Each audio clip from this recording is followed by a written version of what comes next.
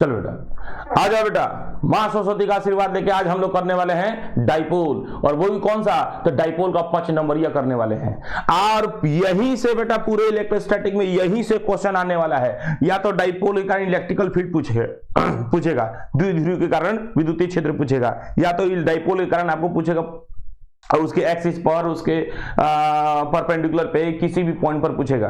Dipole का potential पूछेगा, dipole का पोटेंशियल एनर्जी पूछेगा, और डाइपोल का टॉर्क पूछेगा। ये इतने डेरिवेशन है, और इतने ही डेरिवेशन में से एक और डेरिवेशन तुमको 110% बेटा गारंटेड लिख के दे रहे हैं कॉपी किताब पर कि साहब 100% लड़ेगा क्वेश्चन, तो आएगा तो यहीं से आएगा। तो क्या होगा, तो आज हम लोग करने वाले हैं डाइपोल के का डेरिवेशन। तो साहब हम लोग स्टार्ट करते हैं अपने लेक्चर को। चलो, कहते हैं क्या कि सबसे पहला हम लोग पढ़ेंगे बेटा electrical field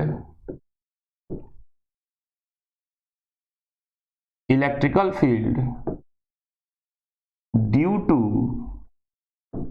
dipole at its axis, मतलब द्विध्रुव के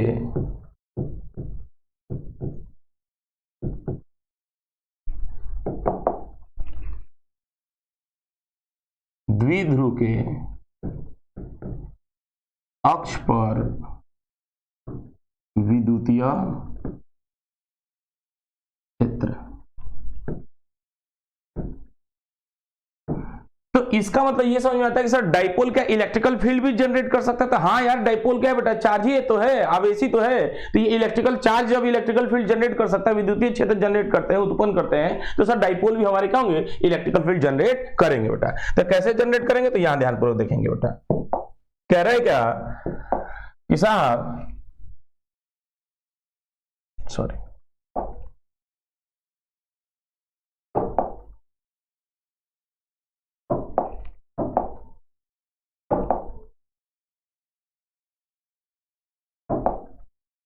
हम लोग क्या ले रहे हैं, एक डाइपोल ले रहे हैं, ठीक है। और डाइपोल किसका कॉम्बिनेशन होता है बेटा, -q और +q का कॉम्बिनेशन होता है। डाइपोल का जितने भी डाइपोल होते हैं, हर एक डाइपोल का क्या होता है बेटा, एक डाइपोल मोमेंट होती है, और उसकी डाइपोल मोमेंट क्या होती है, तो कोई भी एक चार्ज का मैग्नीट्यूड और उनके बीच का सेपरेशन। तो मान लो कि इनके बीच का सेपरेशन अभी हम लोग कितना लिए हैं, इनकी बीच की दूरी क्या है, तो मान ली 12 लिए हैं। कितना लिए हैं बेटा, 12। अब कह रहा है क्या कि हमको चाहिए कि ये हमारा डाइपोल बन गया, जिसकी डाइपोल मोमेंट अगर तुम देखोगे तो यहां पर डाइपोल मोमेंट हो जाएगा Q × 12, और डाइपोल मोमेंट को हिंदी बोलेंगे द्विध्रुव आघूर्ण। तो जो द्विध्रुव आघूर्ण का जो मान होगा बेटा, वो कितना हो जाएगा, Q × 12 के बराबर हो जाएगा, कोई दिक्कत नहीं। अब कह रहा है क्या कि इसी डाइपोल के कारण हमको किसी भी r दूरी पर हमको क्या करना है बेटा, इलेक्ट्रिकल फील्ड निकालना है। अब कैसे इलेक्ट्रिकल फील्ड निकालना है, यहां ध्यान से सोचो। हम क्या करने वाले हैं कि साहब, ये हो गया मिडिल पॉइंट, ये क्या हो गया बेटा, आपका मिडिल पॉइंट हो गया, और इस मिडिल पॉइंट से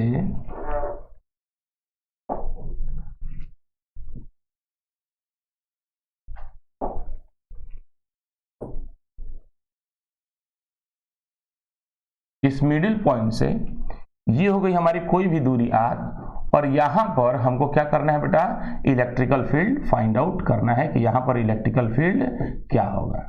यही क्वेश्चन कह रहा है कि ये जो पोजीशन हो गया ना बेटा, इसको बोलते हैं डाइपोल का एक्सिस का पोजीशन। और कहता है क्या कि क्वेश्चन में कि साहब डाइपोल से किसी भी r दूरी पर अगर हमको इलेक्ट्रिकल फील्ड निकालना है, इसका मतलब जो डिस्टेंस लिया जाता है वो कहां से लेंगे, इस वाले चार्ज से ये दूरी लेंगे या इस वाले चार्ज से ये दूरी लेंगे। तो ना ही इस चार्ज से ये दूरी लिया जाएगा, ना ही इस चार्ज से ये दूरी लिया जाता है। जो दूरी r जो लिया जाता है वो हमेशा कहां से लिया जाता है, डाइपोल के सेंटर से। ये जो पॉइंट दिखाई दे रहा है ये क्या है बेटा, डाइपोल का सेंट्रल पॉइंट है, सेंटर वाला हिस्सा है। बोलो कोई दिक्कत? अगर ये डाइपोल का सेंटर वाला पॉइंट है तो तुम सोचो कि यहां से यहां तक की दूरी आपकी कितनी हो जाएगी, तो यहां से यहां तक की दूरी L हो जाएगी। क्या है कि पूरा दूरी हम क्या माने हैं, L माने हैं। और इस चार्ज से भी यहां तक की दूरी कितनी हो जाएगी बेटा, तो ये भी आपकी हो जाएगी L। कोई दिक्कत वाली बात नहीं है। अब तुम सोचो कि अगर हमको इस डाइपोल के कारण यहां पर इलेक्ट्रिकल फील्ड निकालना है, तो हम क्या करेंगे कि इस +q के कारण यहां पर इलेक्ट्रिकल फील्ड निकाल लेंगे, उसके बाद माइनस क्यू के कारण भी ये पॉइंट चार्ज है, तो पॉइंट चार्ज के कारण भी यहां पर इलेक्ट्रिकल फील्ड निकलेगा। तो हाँ, क्योंकि सर हमको एक कॉन्सेप्ट पता है कि कोई भी क्यू चार्ज होता है तो कोई भी क्यू चार्ज से आर दूरी पर जो हमको इलेक्ट्रिकल फील्ड मिलता है वो इलेक्ट्रिकल फील्ड होता है बेटा के क्यू बाई आर का स्क्वायर। तो साहब किसी भी बिंदुवत आवेश के कारण किसी भी आर दूरी पर जो विद्युतीय क्षेत्र मिलता है हमको, जो विद्युतीय क्षेत्र की तीव्रता मिलती है वो कितनी मिलती है बेटा, के क्यू बाई आर का स्क्वायर। इसमें कोई दिक्कत वाली बात नहीं। तो तुम सोचो कि ये भी एक पॉइंट चार्ज है, यहां पर भी एक पॉइंट चार्ज है तुम्हारा, और यहां पर भी एक पॉइंट चार्ज है तुम्हारा। तो इन दोनों पॉइंट चार्ज के कारण यहां पर इलेक्ट्रिकल फील्ड निकाल लेंगे और जो होगा वही हमारा क्या होगा बेटा, नेट इलेक्ट्रिकल फील्ड निकल जाएगा। आइए तो कहते हैं क्या कि जहां पर इलेक्ट्रिकल फील्ड निकालना है तो यहां पर एक यूनिट टेस्ट चार्ज रखते हैं। तो वो यूनिट टेस्ट चार्ज यहां पर मान लो साहब वो हमेशा +1 कूलम का चार्ज मान लेंगे। Unit test charge, unit test charge मतलब यूनिट का मतलब हो गया इकाई, और टेस्ट चार्ज हमेशा पॉजिटिव होता है तो परीक्षण आवेश यहां पर रख लिया +1 कूलम। ठीक है, अब कह रहा है क्या कि सर इस चार्ज से यहां पर इलेक्ट्रिकल फील्ड निकालना है तो किसी चार्ज के कारण किसी बिंदु पर विद्युतीय क्षेत्र अगर आपको निकालना होता है तो वो दूरी भी तो पता होना चाहिए। तो इस चार्ज से इस पॉइंट की दूरी कितनी होगी वो दूरी हमको निकालना है। तो सोचो कि यहां से यहां तक की दूरी को आप क्या मानोगे, इस चार्ज से यहां तक की दूरी कितनी होगी। तो तुम सोचो कि सर यहां से यहां तक की कुल दूरी कितनी है, आर। देखो सेंटर से यहां से यहां तक कुल दूरी कितनी है, आर, और यहां से यहां तक कुल दूरी कितनी है, एल। तो सर यहां से यहां तक की कुल दूरी कितनी हो जाएगी, तो इस आर में से क्या एल का मान क्या कर देंगे, खाली इतना घटा देंगे तो ये नहीं निकल जाएगा, तो ये वाली वैल्यू हो जाएगी आर माइनस एल। कोई दिक्कत वाली बात नहीं है। लेकिन अगर हम कहें कि सर हमको इस पॉइंट चार्ज से यहां तक की दूरी निकालना है, क्योंकि ये वो चार्ज यहां पर भी हो गया और इसके कारण भी इलेक्ट्रिकल फील्ड निकालेंगे तो दूरियां पता होना चाहिए। तो डिस्टेंस क्या हो जाएगा, तो इस चार्ज से यहां तक की दूरी कितनी हो जाएगी। तो तुम सोचो कि यहां से यहां तक की दूरी हम क्या माने हुए हैं, एल, और यहां से यहां तक की दूरी क्या हो जाएगी, एल। तो सोचो कि यहां से यहां तक की टोटल दूरी डिस्टेंस कितनी हो जाएगी, तो टोटल डिस्टेंस हो जाएगी आर, ये हो गया, अब प्लस में ये हो गया एल, तो ये डिस्टेंस हो जाएगा आर प्लस एल। कोई दिक्कत वाली बात नहीं है, कोई दिक्कत नहीं सर। अब हमको इस पॉइंट चार्ज में हमको क्या करना है बेटा, इलेक्ट्रिकल फील्ड निकाल लेना है। तो तुम सोचो यहां ध्यान से देखो कि ये जो चार्ज है, इस चार्ज के कारण ये जो प्लस क्यू चार्ज है, इस प्लस क्यू के कारण यहां पर इलेक्ट्रिकल फील्ड को E1 मानेंगे और इस माइनस क्यू चार्ज के कारण यहां पर इलेक्ट्रिकल फील्ड को E2 मानेंगे। अब तुम सोचो कि सर अगर दूरी कम होगा तो डिस्टेंस और इलेक्ट्रिकल फील्ड में कैसा रिलेशन होता है, इन्वर्सल रिलेशन होता है। तो जहां पर दूरी कम होगा तो वहां पर इलेक्ट्रिकल फील्ड ज्यादा होगा, विद्युतीय क्षेत्र ज्यादा होगा, और जहां पर दूरी कम होगा, जहां पर दूरी ज्यादा होगा तो वहां पर इलेक्ट्रिकल फील्ड क्या होगा बेटा, कम हो जाएगा।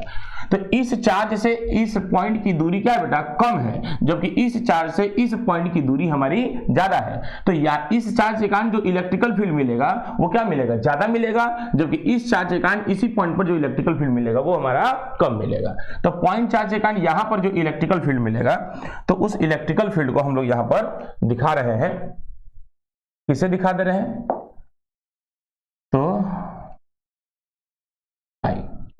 तो इस प्लस क्यू और इस +1 को क्या करेगा, प्लस क्यू +1 को क्या करेगा, इधर की ओर रिपेल करेगा। तो उसके कारण +1 के कारण जो इलेक्ट्रिकल फील्ड मिल जाएगा, प्लस क्यू के कारण जो इलेक्ट्रिकल फील्ड मिलेगा वो E1 मिलेगा। और ये क्या होगा, E1 का वैल्यू जो होगा वो क्या होगा कि इसके E2 से क्या होगा बेटा, ज्यादा होगा। अब सोच ये Q क्या है, ये तो माइनस में है, नेगेटिव में, तो नेगेटिव वाला इस +1 कूलम को क्या करेगा बेटा, अपनी ओर अट्रैक्ट करेगा, तो खींचेगा नहीं, क्योंकि नेगेटिव है क्या है, पॉजिटिव है, तो ये इसको क्या करेगा, अपनी ओर खींचेगा। तो इलेक्ट्रिकल फील्ड यहां पर आ जाएगा आपको एगो E2। कोई दिक्कत वाली बात नहीं है। तो E1 का वैल्यू बड़ा होगा और E2 का वैल्यू कम होगा। तो साहब अब हमको क्या निकालना है, E1 का मान निकाल लेना है, E2 का मान निकाल लेना है, वैल्यू पुट कर देना है, कोई दिक्कत वाली बात नहीं है। तो हम यहां पर लिखेंगे साहब कि साहब लेट अस कंसीडर, ये थ्योरी चलेगा अपना, है ना, क्योंकि 5 नंबर का क्वेश्चन है बेटा, बिना थ्योरी का ये आप लिखिएगा तो गड़बड़ हो जाएगा, कम नंबर मिलेगा। हम लोग लिखेंगे लेट अस सपोज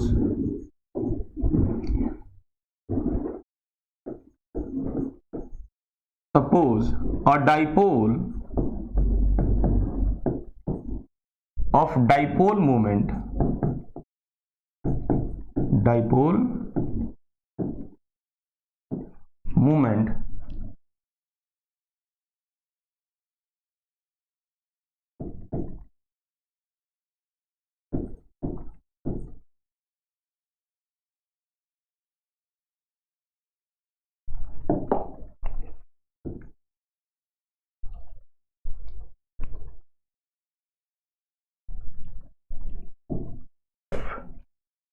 हमने क्या माना बेटा कि let us suppose a dipole of dipole moment p vector बराबर q इंटू 12 वेक्टर, क्योंकि डाइपोल मोमेंट द्विध्रुव आघूर्ण क्या होता है बेटा, एक वेक्टर क्वांटिटी होता है, एक सदिश राशि होता है ना, कोई दिक्कत वाली बात नहीं।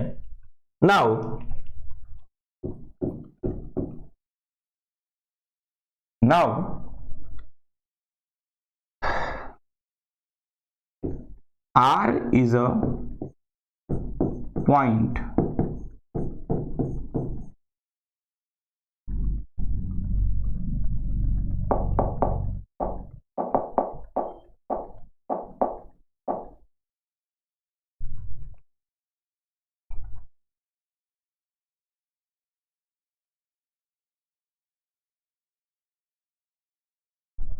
छोड़ो ना, क्या के लिखो, डायरेक्ट लिखो कि now electrical field due to charge क्या होगा, plus Q at point P. इस पॉइंट को हम मान लेते हैं बेटा पी, कोई दिक्कत वाली बात नहीं है, ठीक है। मतलब माना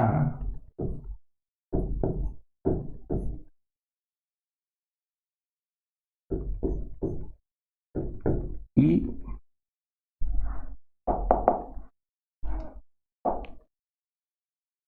एक सेकंड रुको, इसका हिंदी भी तो लिखना है, ठीक है।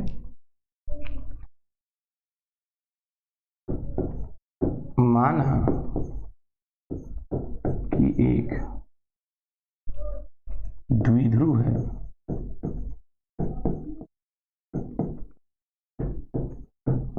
जिसकी द्विध्रुव आघूर्ण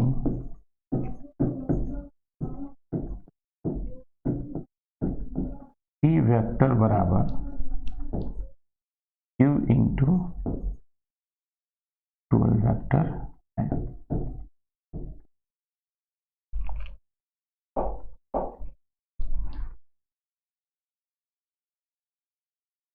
ट्वेल्व वेक्टर है, इसलिए electrical field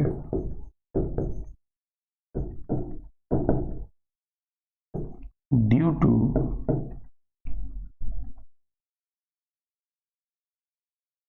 charge plus Q at point P, मतलब आवेश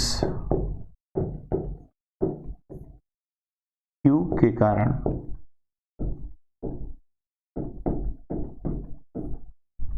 बिंदु P पर विद्युतीय क्षेत्र।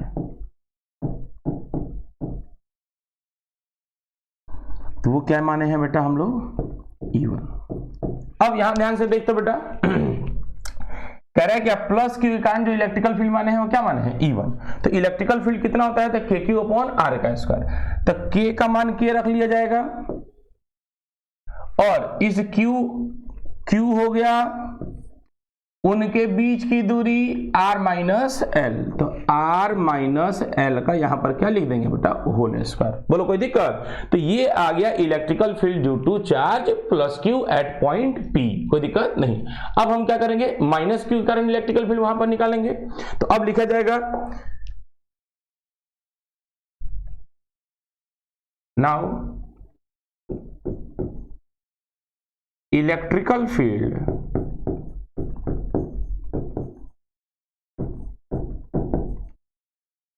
Due to charge minus Q at point P, मतलब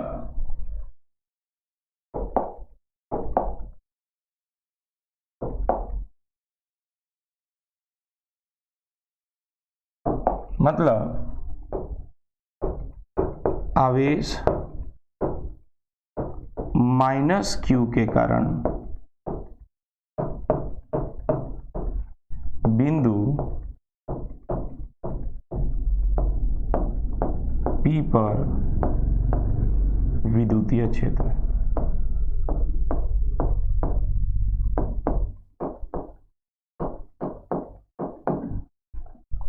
कितना आ जाएगा? तो वो हो जाएगा हमारा E2 बराबर हो जाता है KQ बाई, अब इनके बीच की दूरी कितनी हो जाएगी बेटा?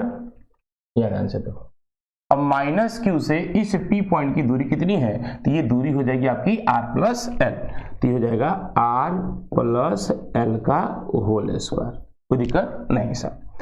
अब क्या करेंगे कि तुम सोचो कि सर इस Q के कारण भी इलेक्ट्रिकल फील्ड E1 मिला और माइनस Q के कारण इलेक्ट्रिकल फील्ड E2 मिला, तो नेट इलेक्ट्रिकल फील्ड कितना होगा? तो तुम सोचो एक आदमी हमको इधर की ओर 10 न्यूटन से खींच रहा है, और नहीं इधर की ओर 10 न्यूटन से खींच रहा है क्योंकि E1 बड़ा है, इधर की ओर 10 न्यूटन से खींच रहा है, और इधर की ओर कोई हमको 8 न्यूटन से खींच रहा है, तो हम पर नेट फोर्स किधर होगा? तो इधर की ओर होगा। और कितना होगा? तो 10 में से 8 को घटा देंगे तो सर हमको क्या मिल जाएगा? Net electrical field, net force हमको 2 न्यूटन मिल जाएगा। तो क्या करेंगे साहब? बड़े वाले में से छोटे वाले को क्या करेंगे? घटाएंगे, अगर दोनों अपोजिट डायरेक्शन में हो तब। लेकिन अगर दोनों सेम डायरेक्शन होगा तो क्या करेंगे? सिंपली उसको जोड़ देंगे। आ जाओ बेटा, तो अब हम लिखेंगे कि net electrical field at point P। क्या लिखेंगे बेटा इसके बाद? कि net electrical field at point P। तो लिखेंगे कि नेट इलेक्ट्रिकल फील्ड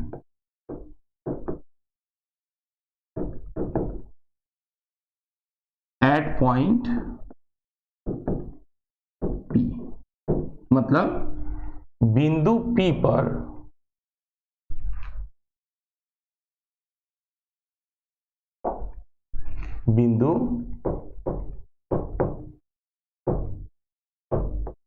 पर कुल विद्युतीय क्षेत्र।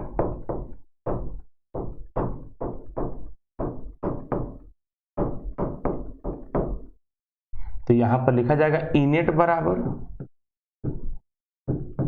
क्या लिखोगे बेटा? E1 बड़ा था और E2 छोटा था, तो E1 में से E2 को हम लोग क्या करेंगे बेटा? यहां से घटा देंगे। किसमें घटाएंगे? E1 में से E2 को घटा देंगे। और E1 का मान क्या है? KQ by R minus L का होल स्क्वायर, और E2 का मान कितना है? KQ by R plus L का होल स्क्वायर। तो लिखेंगे E1 का वैल्यू कितना है? KQ by R minus L का whole square minus KQ by R plus L का होल स्क्वायर। कोई दिक्कत नहीं। अब इन दोनों में ऊपर में KQ है तो KQ हम लोग क्या ले लेंगे बेटा? कॉमन ले लेंगे, और बड़ा सा ब्रैकेट इधर देके और एक ऐसा एलसीएम ले लेंगे इन दोनों का।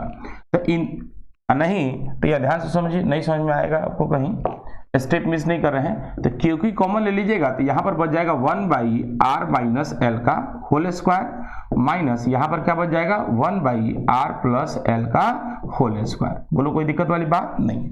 तो ये के क्यू अब होल ब्रैकेट तो लिए ही हुए हैं। अब इन दोनों का क्या ले लेंगे बेटा? एलसीएम। तो ये हो जाएगा आर माइनस एल का whole square into R plus L का होल स्क्वायर। अब आर माइनस एल का होल स्क्वायर से कट गया, बचा क्या बेटा? आर प्लस एल का होल स्क्वायर में 1 से गुना करेंगे तो क्या मिल जाएगा? आर प्लस एल का होल स्क्वायर, माइनस का है तो माइनस उतार देंगे। अब यहाँ देखें आर प्लस एल का होल स्क्वायर से आर प्लस एल का होल स्क्वायर कट गया, बचा क्या? आर माइनस एल का होल स्क्वायर 1 से गुना कर देंगे तो ये हो जाएगा आर माइनस एल का होल स्क्वायर। कोई दिक्कत नहीं। तो यह जाएगा के क्यू इंटू, अब कहते हैं ए प्लस बी का होल स्क्वायर माइनस ए माइनस बी का होल स्क्वायर। अब क्या करना है कि बाबू यहीं पे तोड़ना मत चालू कर देना। यहां पर देखो बेटा आज के बाद फॉर्मूला याद कर लेना कि सर ए प्लस बी का होल स्क्वायर माइनस ए माइनस बी का होल स्क्वायर क्या होता है। तो ए प्लस बी का होल स्क्वायर करोगे तो कितना आ जाएगा? ए का स्क्वायर प्लस बी का स्क्वायर प्लस 2ab आएगा माइनस, अब ये माइनस पहले से ही है, माइनस सब में गुणा हो जाएगा। ए माइनस बी का होल स्क्वायर क्या होगा? तो ए का स्क्वायर माइनस बी का स्क्वायर, अब माइनस माइनस क्या हो जाएगा बेटा प्लस, तो प्लस हो जाएगा 2ab। तो यहां ध्यान से देखो ए स्क्वायर बी स्क्वायर ए स्क्वायर बी स्क्वायर क्या हो गया, कट गया, तो बचा क्या आपको 2ab अब प्लस 2ab, तो मतलब कितना हो गया बेटा आपके पास हो गया 4ab। तो आज के बाद याद रखिएगा कि a प्लस बी का होल स्क्वायर माइनस ए माइनस बी का होल स्क्वायर क्या होगा बेटा 4ab के बराबर होगा। किसके बराबर होगा, तो 4ab के बराबर होगा। तो इसको आप डायरेक्ट यहां पर लिख लेना है 4ab का मतलब हो गया कि सर 4rl, कोई दिक्कत नहीं। और यहां पर हो जाएगा r minus L into R plus L का होल स्क्वायर। नहीं, इन दोनों का बेटा क्या कर लिए, होल स्क्वायर ले लिए। अब तो ध्यान से देख बेटा, अब तो ध्यान से देख, इस Q को अंदर डाल, क्योंकि याद करके वहां पे जो डाइपोल मोमेंट हुआ करता था, तो डाइपोल मोमेंट क्या माने थे, P बराबर Q इंटू 12 माने थे। तो यही हमको क्या करना है कि अब इस क्वेश्चन को यहां पर जो है डाइपोल मोमेंट के टर्म में इसको लेके आएंगे, P के टर्म में लेके आएंगे। तो P के टर्म में कैसे लेके आएंगे, तो K ही हो गया, अब इसको गुणा कर दे। यहाँ पर Q हो गया, हमको क्या चाहिए, वहां पर 12 चाहिए, तो देखते यहाँ पर 12 है कि नहीं है, तो यहाँ पर 4l है, तो यहाँ 4l से हम लोग क्या निकाल लेंगे, 12 निकाल लेंगे, और बच गया यहाँ पर क्या बेटा 2r बच गया, बोला यार, क्योंकि 4l है तो 4 में से 2 निकाल लेंगे तो 2l। अब यहाँ देखो गुना करने पे एकदम वही ऊपर वाला इक्वेशन आया कि नहीं आया, तो आ गया सर बटे में। अब a minus B into A plus B क्या होगा बेटा, a का स्क्वायर प्लस b, a का स्क्वायर माइनस b का स्क्वायर का यहां पर क्या लिख लेंगे बेटा, होल स्क्वायर, कोई दिक्कत नहीं। अब तुम सोचो कि सर Q इंटू 12 क्या बन गया आपका, तो K यहां पर बन गया Q इंटू 12 P बन गया, ये 2 कहां आ जाएगा बाहर, और R क्या हो जाएगा इसके बगल में, अब बटा है। अब तुम सोचो कह रहे क्या कि सर r का स्क्वायर माइनस एल का स्क्वायर, इसको कैसे सॉल्व करें, तो यहां ध्यान से देख बेटा, होता क्या है कि साहब डाइपोल है, हम आपको जब पहले पढ़ाए होंगे तो वहां पर बताए होंगे कि सर डाइपोल जो होता है, तो डाइपोल में दो चार्जेस के बीच की जो दूरी होती है वो बहुत कम होती है। क्यों, क्योंकि डाइपोल होता है मटेरियल का, और मटेरियल का मतलब क्या होता है, तो मटेरियल का मतलब होता है कि साहब एटम मॉलिक्यूल, मतलब मटेरियल किससे बना होता है, मॉलिक्यूल किससे बना होता है, एटम से, और एटम में क्या होता है बेटा, न्यूक्लियस होते हैं, और न्यूक्लियस में ही तो साहब प्रोटॉन और इलेक्ट्रॉन होते हैं, तो वहीं पर प्लस Q और माइनस Q प्रेजेंट होता है। तो सोचो ये न्यूक्लियस का पार्ट है, और साहब न्यूक्लियस का पार्ट है, तो न्यूक्लियस कितना होता है, मतलब बहुत छोटा होता है, तो इसलिए साहब न्यूक्लियस में दो चार्जेस के बीच की जो दूरी होगी वो क्या होती है बेटा, बहुत कम होती है। इसका मतलब यहां ध्यान पूर्वक समझिए, इसका मतलब क्या है कि सर ये जो दो चार्जेस के बीच की दूरी जो 12 माने हैं, तो ये 12 डिस्टेंस क्या हो जाएगा, बहुत कम होगा, किससे, तो ये R से, जो R दूरी दिखाई दे रहा है इस R से कम होगा। क्यों, क्योंकि जो दूरी लिया गया है ये डाइपोल से बाहर लिया गया है, मतलब मटेरियल से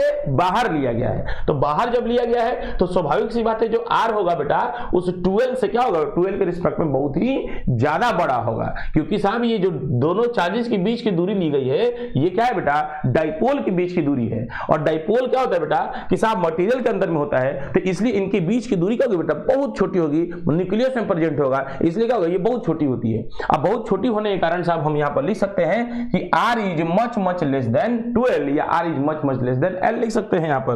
तो इसलिए आप एक काम कीजिए, हम यहां पर लिख देंगे सर चूंकि L is much less than R, L क्या है, R से मच लेस है, मतलब बहुत ज्यादा छोटा है, इसलिए साहब ये जो L R में अगर जोड़ोगे तो सर इस R में कोई परिवर्तन, कोई फर्क नहीं पड़ेगा। मतलब हम कह रहे हैं क्या कि यहाँ पर R का स्क्वायर माइनस L का स्क्वायर है ना, तो हम क्या करेंगे इस L को क्या करेंगे, जीरो मान लेंगे, करीब करीब जीरो मानेंगे, क्योंकि साहब माने कि 10 रुपया है।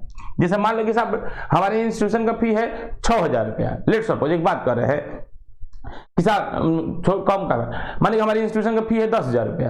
अब 10,000 रुपया फी है, अब कौन लड़का आया वो कहा कि सर हम तो 9,999 रुपया आपके अकाउंट में ट्रांसफर कर दिए। अब बोलो हम उस बच्चा को गरिया नहीं जाएंगे, करे तो काहे इतना कम डल ले पैसा, हमारा 1 रुपया कम हो गया, बोलने जाएंगे, हम कहें ना छोड़ो इट्स ओके, लेकिन 1 रुपया का महत्व है, वो भी दूरी है बेटा, अरे हाँ ना तो बोल, लेकिन जो 10,000 है तो 10,000 के रिस्पेक्ट में वो जो 1 रुपया है वो क्या है बेटा, नेग्लिजिबल है। तो कोई बच्चा हमको 9,999 रुपया भी दे देगा तो तभी वो बेटा क्या होगा, 10,000 के बराबर ही माना जाएगा। तो इसलिए साहब क्या है कि हाई वैल्यू क्या है बेटा, बहुत छोटा है, तो इस R में ये वैल्यू जुड़े चाहे घटे, इस R में कोई परिवर्तन नहीं होगा। बोलो कोई दिक्कत नहीं है। तो इसलिए हम यहां पर लिखेंगे, क्या लिखेंगे बेटा, तो के क्यू इंटू 12 को क्या लिखा जा सकता है, के पी लिखा जा सकता है। और यहां पर क्या लिखा गया बेटा, 2r, 2 को बाहर कर लो, 2 इंटू आर बाई, अब यहां ध्यान से देख, अब साहब L क्या है, बहुत छोटा हो गया, तो L को क्या माना जा सकता है, 0 माना जा सकता है। तो R का स्क्वायर तो पहले ही से था, माइनस यहां पर 0 हो गया, इन सब का क्या मिल गया बेटा, होल स्क्वायर मिल गया। तो अब तुम सोचो, तो 2kpr बटा क्या मिल गया बेटा, R के बराबर, या क्या हो जाएगा बेटा, 4 हो जाएगा, चूंकि यही R का स्क्वायर में स्क्वायर करोगे तो कितना हो जाएगा, 4। अब यहां पर देखोगे तो एगो R से यहां पर एक कटेगा तो कितना हो जाएगा, यहां पर क्यूब हो जाएगा। तो आंसर आ गया बेटा kp upon 2kp upon R का क्यूब। यही आपको क्या मिलता है बेटा, net electrical field at the axis of dipole, द्विध्रुव के अक्ष पर जो इलेक्ट्रिकल फील्ड मिलता है वो क्या मिलता है, वो यही मिलेगा। अब तुम ध्यान सोचो कि सर जो इलेक्ट्रिकल फील्ड होता है, तो इलेक्ट्रिकल फील्ड भी हमारी क्या होती है बेटा, एक वेक्टर क्वांटिटी होती है, एक सदिश राशि होती है। और जब इलेक्ट्रिकल फील्ड एक वेक्टर क्वांटिटी होता है तो इलेक्ट्रिकल फील्ड का अपना दिशा नहीं होगा, डायरेक्शन नहीं होगा। तो हाँ होगा सर, तो किधर की ओर होगा, तो ध्यान से होगा, E1 बड़ा ना है जी, E2 क्या है बेटा, छोटा है। तो नेट इलेक्ट्रिकल फील्ड आपको कहां मिलेगा बेटा, वो इसी डायरेक्शन में नहीं मिलेगा आपको, नेट इलेक्ट्रिकल फील्ड E1 के डायरेक्शन में, बोला है ना। तो सोचो कि सर जो नेट इलेक्ट्रिकल फील्ड का जो डायरेक्शन मिल रहा है वो हमको E1 के डायरेक्शन में मिल रहा है। तो E1 है क्या, तो तुम सोचो कि यही ना आपकी डाइपोल है, यही ना आपकी डाइपोल है बेटा, क्योंकि डाइपोल मोमेंट में जो डाइपोल मोमेंट का जो डायरेक्शन होता है वो कहां से होता है, माइनस क्यू से प्लस क्यू की ओर होता है। तो डाइपोल मोमेंट का डायरेक्शन किधर है, इधर ही की ओर है, और नेट इलेक्ट्रिकल फील्ड का डायरेक्शन क्या है, इधर ही की ओर है। तो हम क्या लिखेंगे कि सर इलेक्ट्रिकल फील्ड का जो डायरेक्शन है वो डाइपोल मोमेंट के डायरेक्शन में है। इलेक्ट्रिकल फील्ड का डायरेक्शन क्या है बेटा, डाइपोल मोमेंट के डायरेक्शन में है। तो तुम ध्यान से सोचो बेटा, यहां पर हम कहेंगे कि सर अगर आर वेक्टर बराबर क्या लिखेंगे बेटा, अगर पी वेक्टर अगर ऐसे लिखते हैं, इसका मतलब तुमको क्या समझ में आता है कि साहब कि आर वेक्टर का जो दिशा है, आर वेक्टर का जो दिशा है वह पी वेक्टर के दिशा में है। आर वेक्टर का दिशा है वो किसके दिशा में है, पी वेक्टर के दिशा में है। और आर का जो परिमाण होगा वो पी के परिमाण, भाई आर और पी ये डाइपोल नहीं दिखा रहा है, ये कोई भी रुक जा, कोई भी ए वेक्टर और बी वेक्टर के बारे में सोचते हैं। अगर हम कहें कि ए वेक्टर बराबर है बी वेक्टर के, तो वेक्टर के पास क्या होता है, मैग्नीट्यूड और डायरेक्शन दोनों होता है, परिमाण और दिशा हमारे क्या होता है, दोनों होता है। तो हम क्या लिखेंगे यहां पर, क्या समझेंगे कि जो ए वेक्टर का जो डायरेक्शन है, ए वेक्टर का जो दिशा है वो किसके दिशा में है बेटा, बी वेक्टर की दिशा में है, और बोला है ना। और ए वेक्टर का जो परिमाण होगा मतलब मैग्नीट्यूड है वो बी वेक्टर के मैग्नीट्यूड परिमाण के भी क्या है बेटा, बराबर है।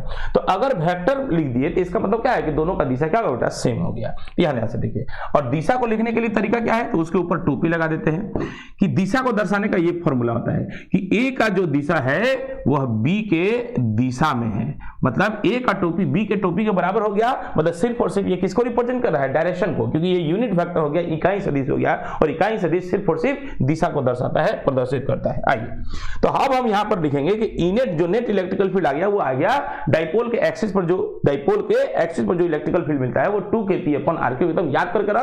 लेकिन ये कहेंगे कि सर इलेक्ट्रिकल फील्ड एक वेक्टर क्वांटिटी है तो इसका डायरेक्शन किधर की ओर होगा, तो यहां पर हमको लिखना पड़ेगा कि सर कि the direction of electrical field, यहां पर लिखना पड़ेगा कि the direction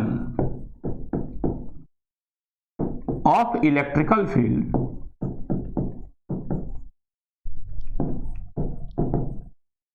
is in the direction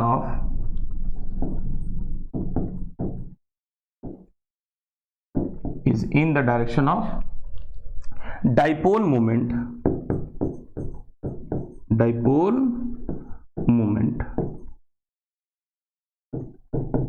इसलिए अब हम क्या लिखेंगे, इनेट, अब को क्या लिख देंगे, वेक्टर के टर्म में लिख रहे हैं, बराबर 2kp बाई में क्या लिखेंगे यहां पर r क्यूब। ठीक है, अब r क्यूब लिखेंगे तो सोचो कि सब इनेट का डायरेक्शन किसके डायरेक्शन है, डाइपोल के डायरेक्शन में है, तो डाइपोल के ऊपर तीर लगा देंगे। अब हो गया कि इनेट का डायरेक्शन डाइपोल के डायरेक्शन में है, बोलो कोई दिक्कत नहीं। तो ये हो गया बेटा आपका 5 नंबर का डेरिवेशन यहां पर कंप्लीट होता है, और ये लिखिएगा बेटा 100% आपको 5 में 5 मिलेगा, कोई रोक नहीं सकता है बेटा, कोई ताकत नहीं है ऐसी जो आपको रोक दे, कोई दिक्कत नहीं।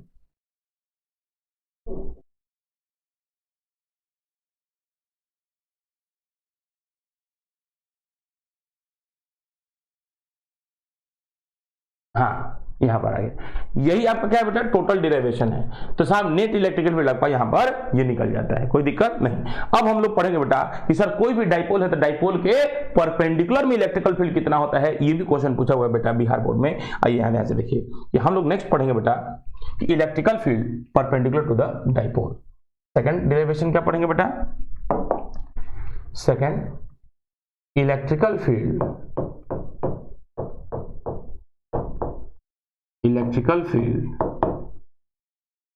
at perpendicular to dipole, मतलब द्विध्रुव के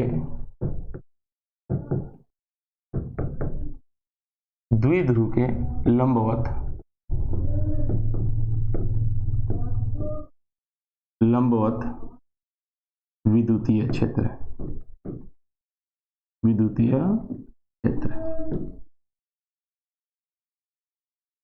कितना होगा। ठीक है, हमको पढ़ना है डाइपोल के परपेंडिकुलर में इलेक्ट्रिकल फील्ड कितना होगा। तो सबसे पहले हम लोग क्या कर लेते हैं बेटा, डाइपोल को बना लेते हैं। आइए तो साहब हमने क्या किया, एक डाइपोल को यहाँ पर बना लिया।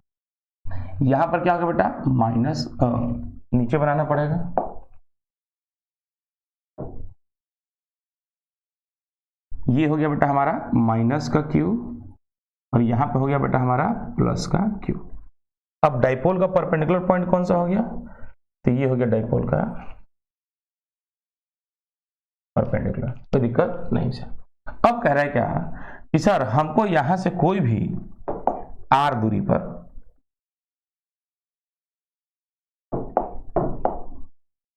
यहां से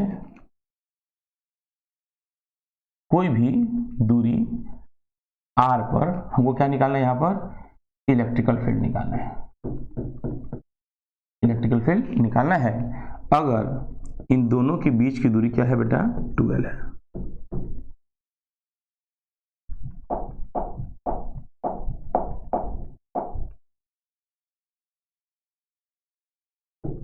इन दोनों डाइपोल के दोनों चार्जेस के बीच की दूरी कितनी मानी गई हम लोग, 12 माने। अब तो सोच बेटा कि सर यहां से यहां तक की दूरी कितनी हो जाएगी बेटा, L, और यहां से यहां तक की दूरी कितनी हो जाएगी, L। क्या है कि ये डाइपोल का मिडिल पॉइंट है और यहां से क्या है, कोई भी आर दूरी पर हमको क्या निकालना है बेटा, इलेक्ट्रिकल फील्ड निकालना है। कैसे निकाला जाए, तो साहब हम आपको बताया है कि सर जहां पर आपको इलेक्ट्रिकल फील्ड निकालना होगा, जहां पर आपको इलेक्ट्रिकल फील्ड निकालना है, मतलब यहां पर आपको इलेक्ट्रिकल फील्ड निकालना है, तो यहां पर आप क्या कर लो कि +1 कूलम का चार्ज यहां पर रख लो, जो हमारा क्या होगा, यूनिट टेस्ट चार्ज हो गया। अब सोचो कि सर इस पॉइंट चार्ज के कारण यहां पर इलेक्ट्रिकल फील्ड मिलेगा और इस पॉइंट चार्ज के कारण भी यहां पर इलेक्ट्रिकल फील्ड मिलेगा। तो उसको दिखाने के लिए हम क्या करेंगे यहां पर कि साहब वो डिस्टेंस देख लेंगे और डिस्टेंस जो होगा हमारा वो यहां ध्यान से देखिए कैसा होगा। तो सर इस पॉइंट चार्ज से इस पॉइंट की दूरी देख लेंगे और इस पॉइंट चार्ज से इस पॉइंट की दूरी यहां पर देख लिया जाएगा, बोलो कोई दिक्कत नहीं। तो सोचो कि अगर यहां से यहां तक की दूरी r है, यहां से यहां तक दूरी r है, तो इस पॉइंट चार्ज से ये पॉइंट मान लो p, क्या मान लो बेटा p।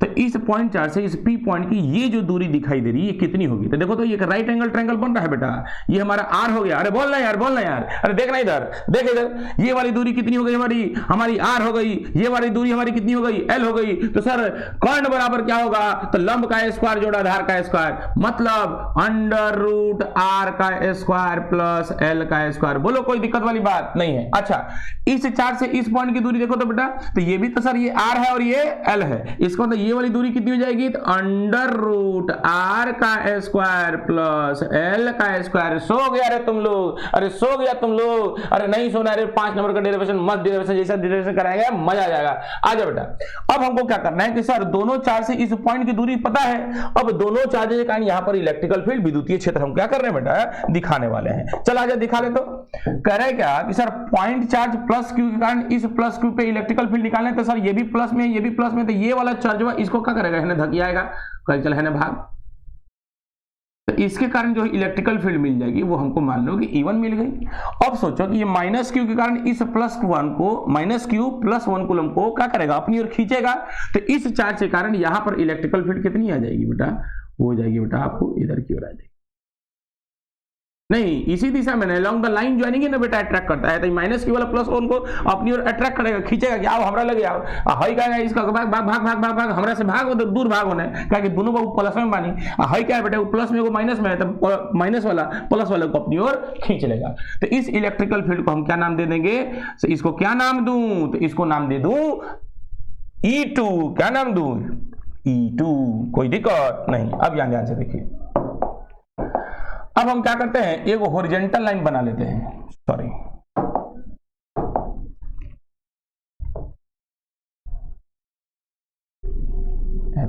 ठीक है, एक हॉरिजॉन्टल लाइन बना लिए। तो हाइयो लाइन हॉरिजॉन्टल, हाइयो लाइन हॉरिजॉन्टल, बोलो कोई दिक्कत नहीं। अपने से क्या कर लीजिए कि मान लीजिए कि हाई एंगलवा हमारा थीटा है, तो अगर हाई एंगल थीटा मानोगे तो ये वाला एंगल तुम्हारा कितना हो जाएगा बेटा, थीटा। इसमें कोई दिक्कत वाली बात नहीं है। ये वाला भी एंगल तुम कितना मानोगे, थीटा। का है कि दोनों ट्रायंगल एकदम सिमिलर है। देखो हाई आर है, हाई एल है, हाई दूरी under root R square plus L square. देखो तो हाई वाला तो हाइयो आर है, हाइयो एल है और हाई दूरी under root R square plus L का स्क्वायर, मतलब जो कोण यहां पर होगा वही कोण यहां पर भी होगा। तो तुम सोचो कि हॉरिजॉन्टल के साथ ये रेखा कितना कोण बना रही है, थीटा। तो हॉरिजॉन्टल के साथ ये रेखा कितना कोण बनाएगी, तो देखो ये रेखा बनाएगी थीटा। रेखा क्या बनाएगी, तो थीटा बनाएगी, खाना नहीं बनाएगी, रेखा थीटा बनाएगी, बना दी। अब तुम ध्यान सोचो कि साहब हम क्या करेंगे, कि साहब हम क्या करेंगे कि थोड़ा सा इसको और एक्सटेंड कर लेंगे।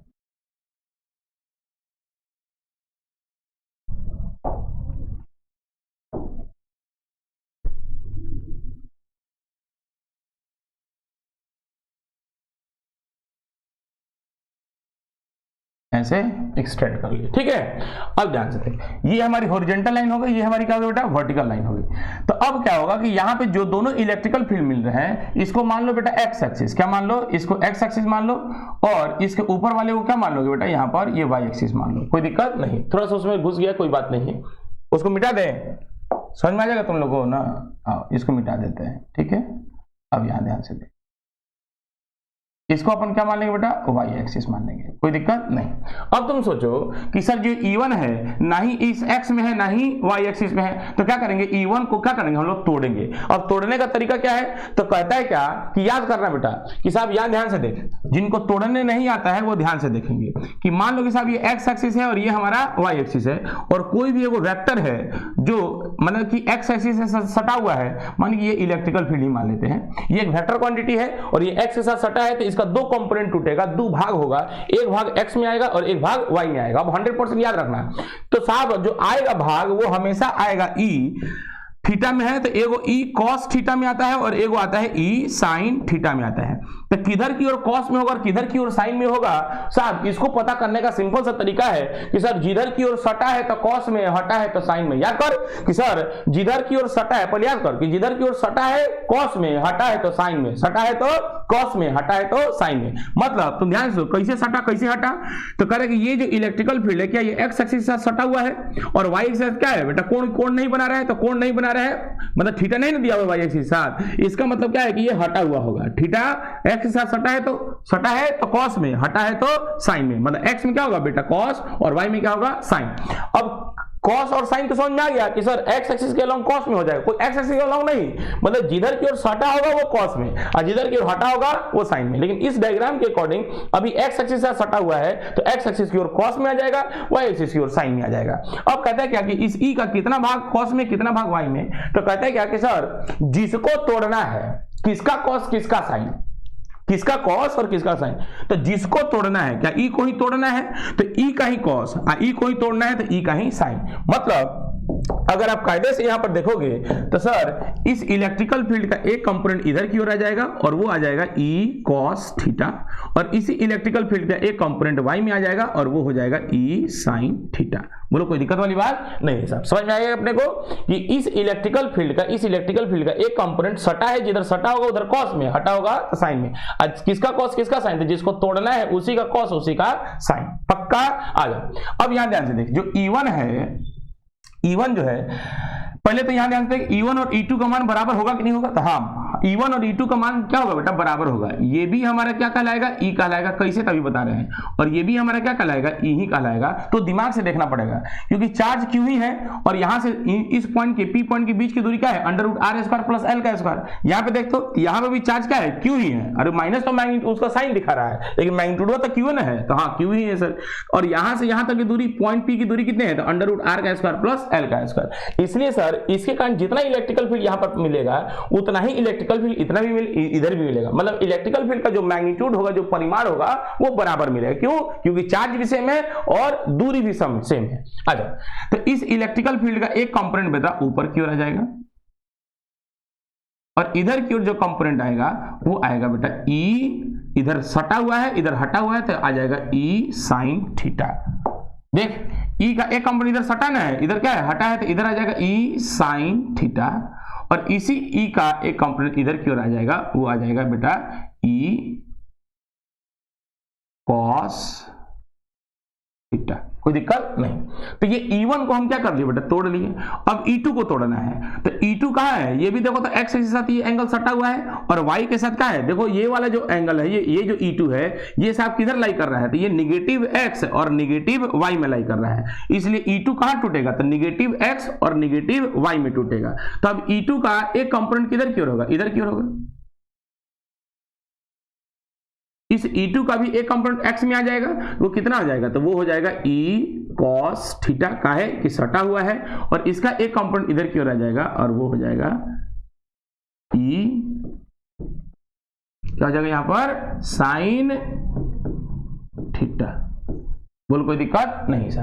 अब तुम ध्यान से देखो कि सर जितना इलेक्ट्रिकल फील्ड y में है क्या उतना ही इलेक्ट्रिकल फील्ड ऊपर में है, y में जितना इलेक्ट्रिकल फील्ड ऊपर है क्या उतना ही इलेक्ट्रिकल फील्ड नीचे भी है। तो साहब ऊपर में भी E sin थीटा और नीचे में भी E sin थीटा है। तो सर इधर की ओर अगर E sin थीटा, इधर की ओर E sin थीटा, मतलब इधर की ओर 10 न्यूटन इधर की ओर 10 न्यूटन, तो यहाँ पर नेट इलेक्ट्रिकल फील्ड कितना होगा, तो 0, क्योंकि साहब दोनों का मैग्नीट्यूड आपस में बराबर है, दोनों का परिमाण बराबर है और दिशा क्या है बेटा, y में है। दिशा क्या है बेटा, एक दूसरे के विपरीत दिशा में है। तो इसलिए साहब net electrical field along y में क्या होगा बेटा, 0। अब जो भी इलेक्ट्रिकल फील्ड होगा वो कहां मिलेगा बेटा, आपको x में मिलेगा। तो इलेक्ट्रिकल फील्ड x में मिले कितना मिलेगा, तो E cos थीटा और E cos थीटा कितना मिला, 2E cos थीटा। नहीं, x में जो इलेक्ट्रिकल फील्ड वो इधर ही मिलेगा। अरे हाँ ना, तो बोल देखो ना, खाली y में तो 0 ना हो गया। अब भाई E1 और E2 ये खत्म हो गया। अब सिंपली एगो ऊपर में आ गया E sin थीटा, नीचे में आ गया E sin थीटा, और नेगेटिव x एक्सिस में E cos थीटा और E cos थीटा। तो E sin थीटा क्या हो गया, आपस में कैंसिल हो गया, और E cos थीटा मिलकर क्या हो जाएगा, 2E cos थीटा। तो यहां पर हम लिखेंगे साहब, अब इसका थ्योरी यहां पर लिखना चालू करेंगे। क्या लिखेंगे कि साहब सॉल्यूशन जब लिखेंगे तो लिखेंगे let us consider dipole, let us consider a dipole of dipole moment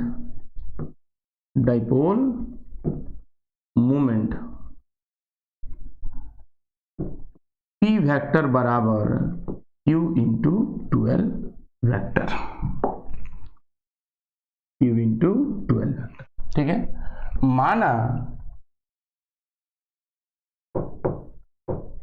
कि एक द्विध्रुव है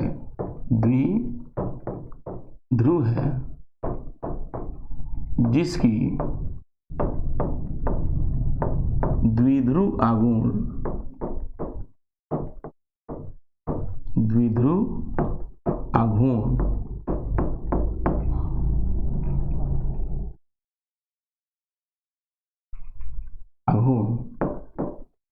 P वेक्टर बराबर Q इंटू 12 वेक्टर है, Q इंटू 12 वेक्टर।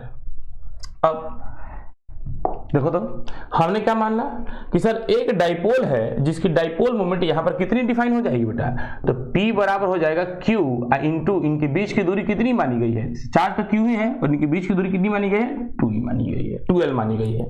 अब कह रहे क्या कि सर हमको क्या करना है, इस डाइपोल के कारण उसके परपेंडिकुलर में क्या करना है, इलेक्ट्रिकल फील्ड निकालना है। बोलो कोई दिक्कत नहीं। तो यहां पर इलेक्ट्रिकल फील्ड निकालना है किस कहां पर, तो पॉइंट P पर। तो अब हम क्या लिखेंगे कि sir electrical field due to charge plus Q at point P, यही लिखेंगे। तो लिखेंगे now electrical field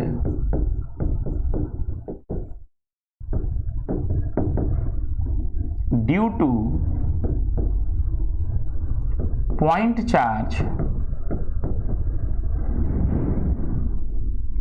plus Q at point P, मतलब पी पॉइंट पर इलेक्ट्रिकल फील्ड कितना होगा, मतलब आवेश क्यू के कारण बिंदु P पर विद्युतीय क्षेत्र, कोई दिक्कत नहीं। तो ये क्या आ जाएगा बेटा, E1 बराबर कितना हम लिखेंगे बेटा, तो E1 का मान ध्यान से देखो बेटा कि इस चार्ज के कारण यहां पर जो इलेक्ट्रिकल फील्ड मिलेगा E1, तो E1 बराबर क्या हो जाएगा, के क्यू बाई आर का स्क्वायर, तो के ही हो जाएगा, क्यू ही हो जाएगा, और इन दोनों पॉइंट के बीच की दूरी कितनी है, तो अंडर रूट आर का स्क्वायर प्लस एल का स्क्वायर। इस चार्ज के कारण यहां पर जो इलेक्ट्रिकल फील्ड E1 मिल रहा है, बोलो कोई दिक्कत नहीं। E1 मिलेगा, वो मिलेगा E बराबर के क्यू बाई आर का स्क्वायर अंडर रूट आर का स्क्वायर प्लस एल का स्क्वायर, सॉरी स्मॉल आर होगा अंडर रूट आर का स्क्वायर प्लस एल का स्क्वायर, कोई दिक्कत नहीं। अब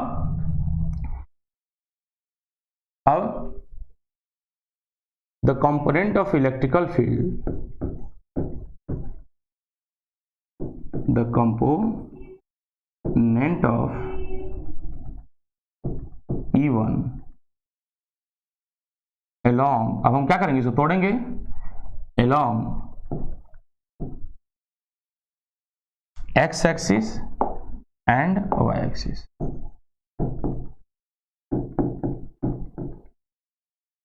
and y axis, मतलब E1 का घटक x अक्ष तथा y अक्ष में,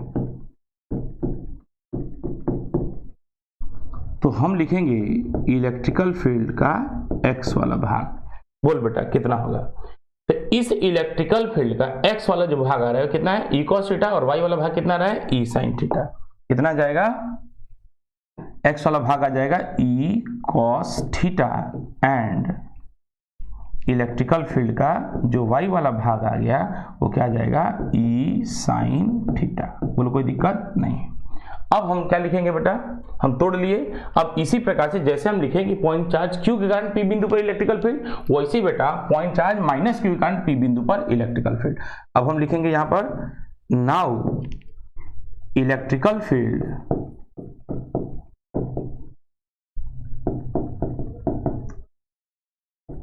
ड्यू टू चार्ज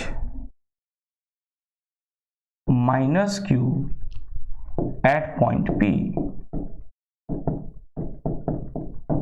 मतलब आवेश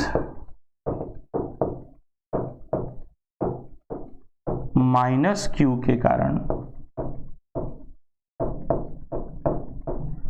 बिंदु P पर विद्युतीय क्षेत्र, ठीक है। हाँ, एक काम करो, यहां पर लिख लो E1, और E1 को क्या तुम मान लो, E1 को क्या मान लो बेटा, E मान लो ना, क्योंकि E1 भी E है और इसके कारण E2 मिलेगा, E2 भी क्या बोलेगा, E के बराबर हो जाएगा।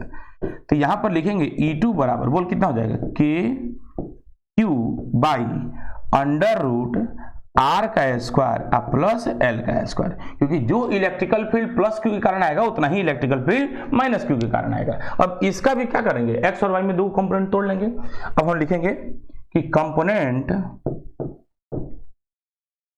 द कंपोनेंट ऑफ एक सेकेंड, ये E2 और ये हमारा E हो गया। The component of E2 along x axis and y axis, x axis और y एक्सिस में जो इनका इलेक्ट्रिकल फील्ड आएगा वो कितना आएगा, वो ध्यान में देखेंगे। मतलब E2 का x अक्ष तथा y अक्ष में घटक कितना होगा, जो E का x वाला भाग आएगा वो कितना आ जाएगा, देखो यहां पर। अब इसके कारण माइनस के कारण यहां पर इलेक्ट्रिकल फील्ड आ रही है, वो अंदर की ओर आ रही है, तो इसका एक कंपोनेंट इधर टूटा है x में E cos थीटा, एक कंपोनेंट साइन में टूटा है E sin थीटा। तो लिखेंगे यहां पर E का x कंपोनेंट कितना हो जाएगा, तो E cos theta and electrical field along y axis कितना मिला बेटा, E sin थीटा। तो हम यहां पर क्या लिखेंगे कि सब, अब आगे वाले पेज पे आ जाओ, तो लिखेंगे कि सर ड्यू टू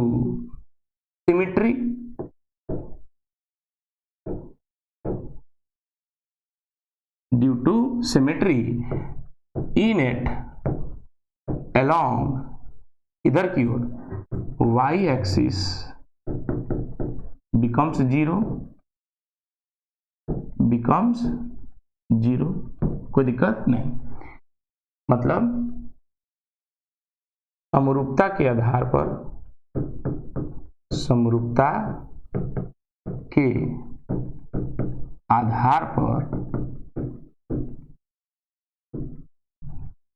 y अक्ष में कुल विद्युतीय क्षेत्र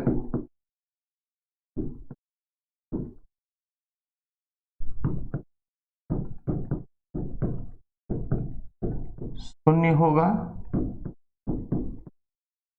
इसलिए नेट इलेक्ट्रिकल फील्ड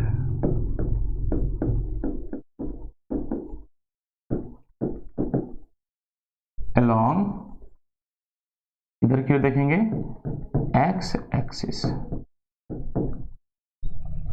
इसलिए x अक्ष में कुल विद्युतीय क्षेत्र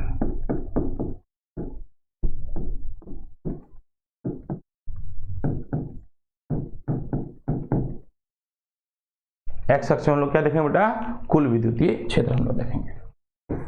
तो E नेट बराबर बोल अब क्या होगा, तो हम लिखेंगे यहां पर, यहां ध्यान से देख, E नेट बराबर क्या होगा, तो नेट इलेक्ट्रिकल फील्ड हमको x में मिलेगा E cos थीटा और E cos थीटा, दोनों E cos थीटा को जोड़ देंगे, क्योंकि हाई तो बाबू वही कैंसिल आउट हो गया है, यो कैंसिल आउट हो गया, यो क्या हमारा कैंसिल आउट हो गया है, तुम मत काटना, बस यहाँ पर लिख दो। तो नेट इलेक्ट्रिकल फील्ड किधर आएगा, जिधर की ओर डाइपोल, देखो तो कि साहब डाइपोल मोमेंट इधर ही की ओर है, माइनस पी, माइनस क्यू से प्लस क्यू की ओर, पी फैक्टर तो इधर ही है, तो सर नेट इलेक्ट्रिकल फील्ड कितनी आएगा, तो डाइपोल के जस्ट अपोजिट डायरेक्शन में आ जाएगा, कितना आएगा, तो E cos theta plus E cos theta, that is the 2E cos theta.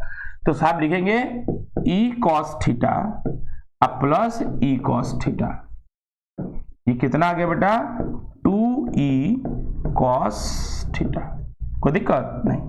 अब तुम सोचो 2 गुने 2 हो गया, और इलेक्ट्रिकल फील्ड आप निकाले हुए हैं कि साहब इलेक्ट्रिकल फील्ड कितना होता है, तो KQ by under root R square plus L square, तो आ जाएगा KQ by under root R square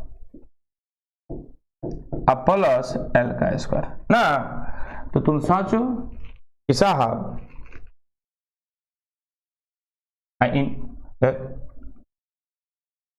गुने यहां पर क्या लिखेंगे बेटा, कॉस थीटा। अब ध्यान से, तो 2 का 2 हो गया, k का k हो गया, q का q हो गया, क्योंकि भाई r का स्क्वायर, अब बटा में स्क्वायर से अंडर रूट कट जाएगा, तो यहाँ पे बच जाएगा r का स्क्वायर, अब प्लस में l का स्क्वायर। अब कॉस थीटा का मान क्या रखेंगे, यहाँ ध्यान दें कि सर अगर इस वाले ट्रायंगल में देखोगे P हाई Q है, हाई जो भी पॉइंट है, तो इस वाले समकोण त्रिभुज में अगर देखोगे तो इस समकोण त्रिभुज में cos थीटा बराबर क्या हो जाएगा, आधार बटा में क्या हो जाएगा, कर्ण। तो आधार क्या है बेटा, L है, बेस क्या है बेटा, L है, और कर्ण की वैल्यू कितनी है बेटा, तो कर्ण की वैल्यू अंडर रूट r का स्क्वायर प्लस L का स्क्वायर। बेस कितना है बेटा, L है, और कर्ण कितना है बेटा, हाइपोटेनस कितना है, तो अंडर रूट r का स्क्वायर प्लस L का स्क्वायर। तो साहब बेस अपॉन हाइपोटेनस मतलब L बटा क्या लिखेंगे, cos थीटा बराबर L बटा अंडर रूट r का स्क्वायर प्लस L का स्क्वायर। तो cos थीटा बराबर L by under root r का स्क्वायर, अब प्लस में क्या लिखेंगे बेटा, L का स्क्वायर। तो तुम सोचो कि k हो गया, Q में Q ले लिया और 2 इंटू L, तो 2 इंटू क्या हो जाएगा, यहाँ पर L हो गया, ऊपर वाला काम तमाम। नीचे में देखोगे भाई r का स्क्वायर प्लस L का स्क्वायर, और यहाँ पर रूट को हम क्या लिख सकते हैं कि r का स्क्वायर प्लस L का स्क्वायर के पावर, क्या इसको नहीं पावर 1/2 लिखा जा सकता है, तो हाँ सर, क्योंकि सर रूट को हम क्या लिख सकते हैं बेटा, रूट को हम क्या लिख सकते हैं, पावर में 1/2 लेते हैं। अब तुम सोचो अगर आधार समान हो तो घात क्या हो जाता है, जुड़ जाता है। तो यहाँ पर पावर कितना है 1, तो 1 प्लस 1/2, 1 प्लस 1/2 कितना आ जाएगा बेटा, तो 2 एकम 2 जोड़ 1 बटा 2 कितना आ जाएगा बेटा, यहाँ पर 3/2 हो जाएगा। तो यहाँ पर डायरेक्ट लिख देंगे हम, क्या लिखेंगे बेटा, तो ध्यान से सोचो, तो k q इंटू 2l क्या बन जाता है, यहाँ पर p बन जाएगा, बटा में यहाँ पर क्या हो जाएगा, r का स्क्वायर प्लस l का स्क्वायर के पावर में हम क्या लिखेंगे यहाँ पर 3/2। अब तो ध्यान सोच, फिर यहाँ पर एजम्पशन होगा, क्योंकि सर l क्या है, डाइपोल के अंदर का पॉइंट है, और r क्या है, डाइपोल से बाहर है। तो हम यहाँ पर फिर से लिखेंगे कि सर चूंकि l इज कैसे बेटा, much much less than r, बोलो कोई दिक्कत नहीं है, इसलिए साहब हमारा जो l होगा वो r में जुड़ के या घट के भी उसमें कोई ज्यादा फर्क नहीं दे पाएगा, कोई दिक्कत नहीं।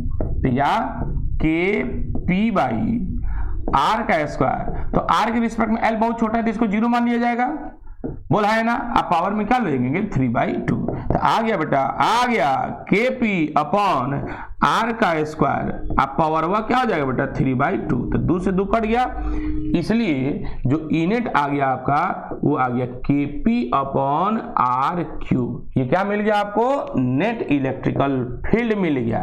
अब तुम ध्यान पूर्वक देखोगे तो ये नेट इलेक्ट्रिकल फील्ड किधर मिला है, तो नेगेटिव एक्स एक्सिस में, और नेगेटिव एक्स एक्सिस में net electrical field negative x axis में मिला है, और नेगेटिव एक्स एक्सिस में मिला है, इसका मतलब क्या है कि सर जिधर की ओर हमारा डाइपोल है उस डाइपोल के जस्ट हमारे क्या बेटा अपोजिट डायरेक्शन में है, तो पी वेक्टर इधर की ओर है और यूनिट का डायरेक्शन उसके अपोजिट डायरेक्शन में है। तो अपोजिट के लिए क्या यूज करते हैं बेटा कि अगर हाई ए वेक्टर है, ध्यान पूर्वक समझना है, हाई ए वेक्टर है और हाई क्या होगा बेटा उसका अपोजिट डायरेक्शन में है तो होगा ये भी ए वेक्टर, लेकिन यहां पर क्या लगा देंगे बेटा माइनस का साइन। तो अपोजिट डायरेक्शन के लिए क्या लगाते हैं बेटा, माइनस का साइन लगाते हैं। तो यहां पे लिखेंगे कि सर यहीं पे लिख लो, नीचे करके थोड़ा सा हम लिखेंगे, चूंकि the direction of electrical field, the direction of electrical field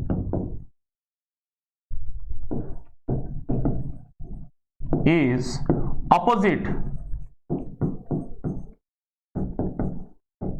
to the direction of dipole moment। ना नहीं बोलेंगे,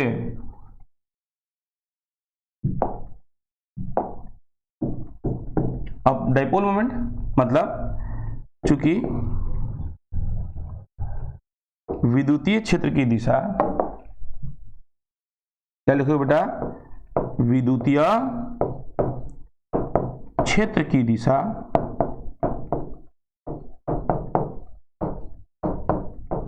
द्विध्रुव के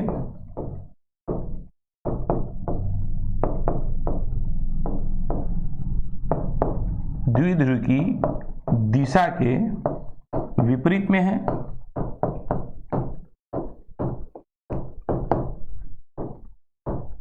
विपरीत में है, इसलिए ई नेट अब क्या लगा देंगे यहां पर वेक्टर के फॉर्म में लिखेंगे। तो ई नेट वेक्टर बराबर क्या आ जाएगा ई नेट वेक्टर बराबर क्या लिखेंगे Kp अपॉन आर क्यूब तो लिखेंगे, लेकिन यहां पर भी हम क्या लिखेंगे, इसको वेक्टर के फॉर्म में कर देंगे। तो ई नेट का डायरेक्शन अभी लिखेंगे तो क्या हो जाएगा, ई नेट का डायरेक्शन पी के डायरेक्शन में है, लेकिन अगर यहां पर माइनस साइन लगा देंगे तो क्या जाएगा बेटा, ई नेट का डायरेक्शन डाइपोल मोमेंट के अपोजिट डायरेक्शन में है। ये आपका बेटा फुल प्रूफ हो गया, ये वेक्टर के टर्म में भी आ गया। तो साहब ये आपका हो गया सेकंड डेरिवेशन 5 नंबर का, कोई दिक्कत वाली बात नहीं है। तो ये इलेक्ट्रिकल फील्ड अब याद करना है कि सर, अब ऐसे थोड़ा सा याद करके देखो तो क्या हमने पढ़ा है कि सर मान लो कि कोई भी एक डाइपोल है, यहां पर है बेटा माइनस का क्यू और यहां पर क्या है बेटा प्लस का क्यू। तो डाइपोल के किसी भी एक्सिस पर कोई भी आर दूरी पर यहां पर जो इलेक्ट्रिकल फील्ड मिलता है वो उसका मैग्नीट्यूड कितना मिलता है बेटा, 2kp अपॉन आर क्यूब, कोई दिक्कत वाली बात नहीं है। और इस डाइपोल के परपेंडिकुलर में जो हमको इलेक्ट्रिकल फील्ड मिलता है, डाइपोल के परपेंडिकुलर में जो यहाँ पे जो इलेक्ट्रिकल फील्ड का डायरेक्शन किधर मिलेगा, क्या इधर ही मिलेगा।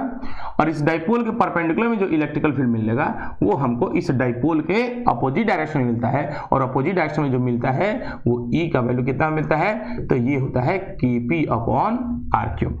Kp अपॉन क्या होता है बेटा, are cube,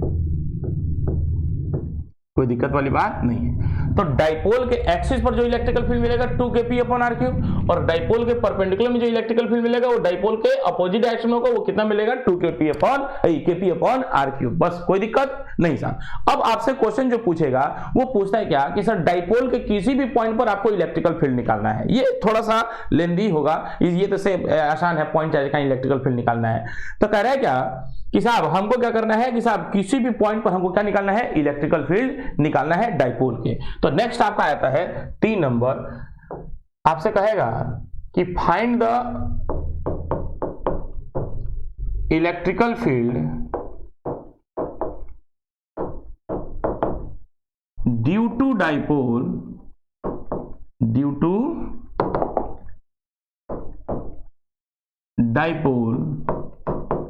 at any location, मतलब किसी भी स्थिति पर द्विध्रुव के कारण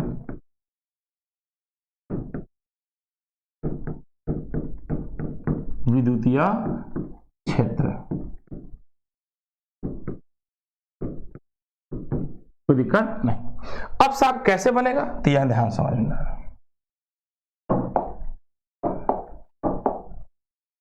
अब मान लेंगे, यहां ध्यान से देखो, मान लो कि एक साहब आपका क्या है, डाइपोल है।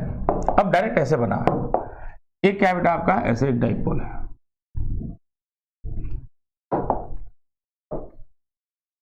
देखना बेटा, ये हमारा क्या है बेटा, एक डाइपोल हो गया। इसका मतलब ही हो गया बेटा कि यहां पर हो गया टेल पर माइनस क्यू, और यहां पर क्या होगा, ये हेड है तो टेल पर हमेशा माइनस क्यू होगा और हेड पर हमेशा क्या होगा, प्लस क्यू होगा। अब हमको क्या करना है कि इस डाइपोल से कोई भी एक पॉइंट हो गया सेंटर, अब यहां से कोई भी दूरी आर पर, यहां से ये कोई भी दूरी हमारी क्या होगी बेटा, आर पर, कोई भी एंगल कितना हो गया बेटा, थीटा पर, यहां पर हमको इलेक्ट्रिकल फील्ड निकालने के लिए कहेगा, कोई दिक्कत नहीं सर। यहां पर इस पॉइंट पर इलेक्ट्रिकल फील्ड निकालने के लिए कहेगा।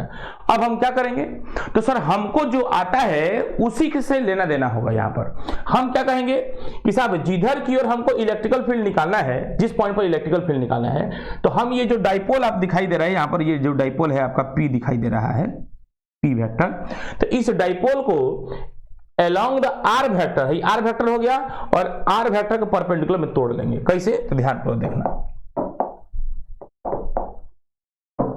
ध्यान से देखिए बेटा क्या करना है। हम क्या करने वाले हैं कि सर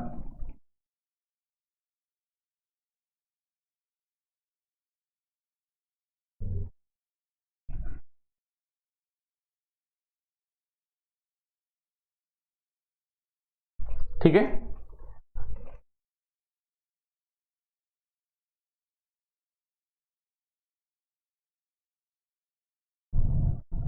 ठीक है, इधर की ओर हम क्या मान लेते हैं, एक्स एक्सिस, और इधर की ओर हम क्या मान लेते हैं बेटा, वाई एक्सिस। मतलब ये जो डाइपोल है ना आपको दिखाई दे रहा है, ये जो डाइपोल पी दिखाई दे रहा है, कोई दिक्कत नहीं। तो इस डाइपोल को हम क्या करेंगे, डाइपोल के जिस पॉइंट पर हमको इलेक्ट्रिकल फील्ड निकालने के लिए कह रहा है, आर बिंदु पर इलेक्ट्रिकल फील्ड निकालने के लिए कह रहा है, तो इस आर बिंदु के अलोंग हम क्या मान लेंगे बेटा, एक्स एक्सिस मान लेंगे, और आर वेक्टर के परपेंडिकुलर में हम लोग क्या मान लेंगे बेटा, वाई एक्सिस मान लेंगे। तो ये दोनों एक्सिस तुम ध्यान से देखोगे तो ये दोनों एक्सिस एक दूसरे क्या हो गए बेटा, परपेंडिकुलर हो गए। अब क्या हो गया कि तुम ध्यान से भाई आधा वाला पोर्शन देख, आधा वाला, अब ये जो डाइपोल है कि साहब ये एक्स एक्सिस से सटा हुआ है और वाई एक्सिस से क्या है, हटा हुआ है। अब हम क्या करेंगे, इस डाइपोल को ही अलोंग द एक्स एक्सिस और अलोंग द वाई एक्सिस हम क्या करेंगे बेटा, इसको तोड़ देंगे। तो कैसे तोड़ेंगे, तो ध्यान को समझेंगे कैसे तोड़ेंगे, ध्यान से। इस डाइपोल का क्या करेंगे कि साहब अलोंग द आर वेक्टर इधर क्यों तोड़ेंगे, तो अगर हाइट पी है तो इस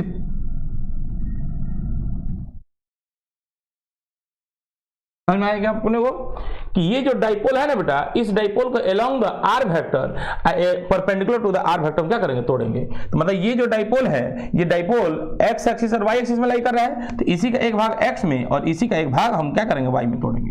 तो जिधर की ओर सटा होता है उधर क्या होता है, कॉस में। तो इधर की ओर जो डाइपोल मिलने वाला है, इस डाइपोल का नाम दे देंगे पी कॉस थीटा, और इसी डाइपोल का एक भाग वाई में भी आएगा,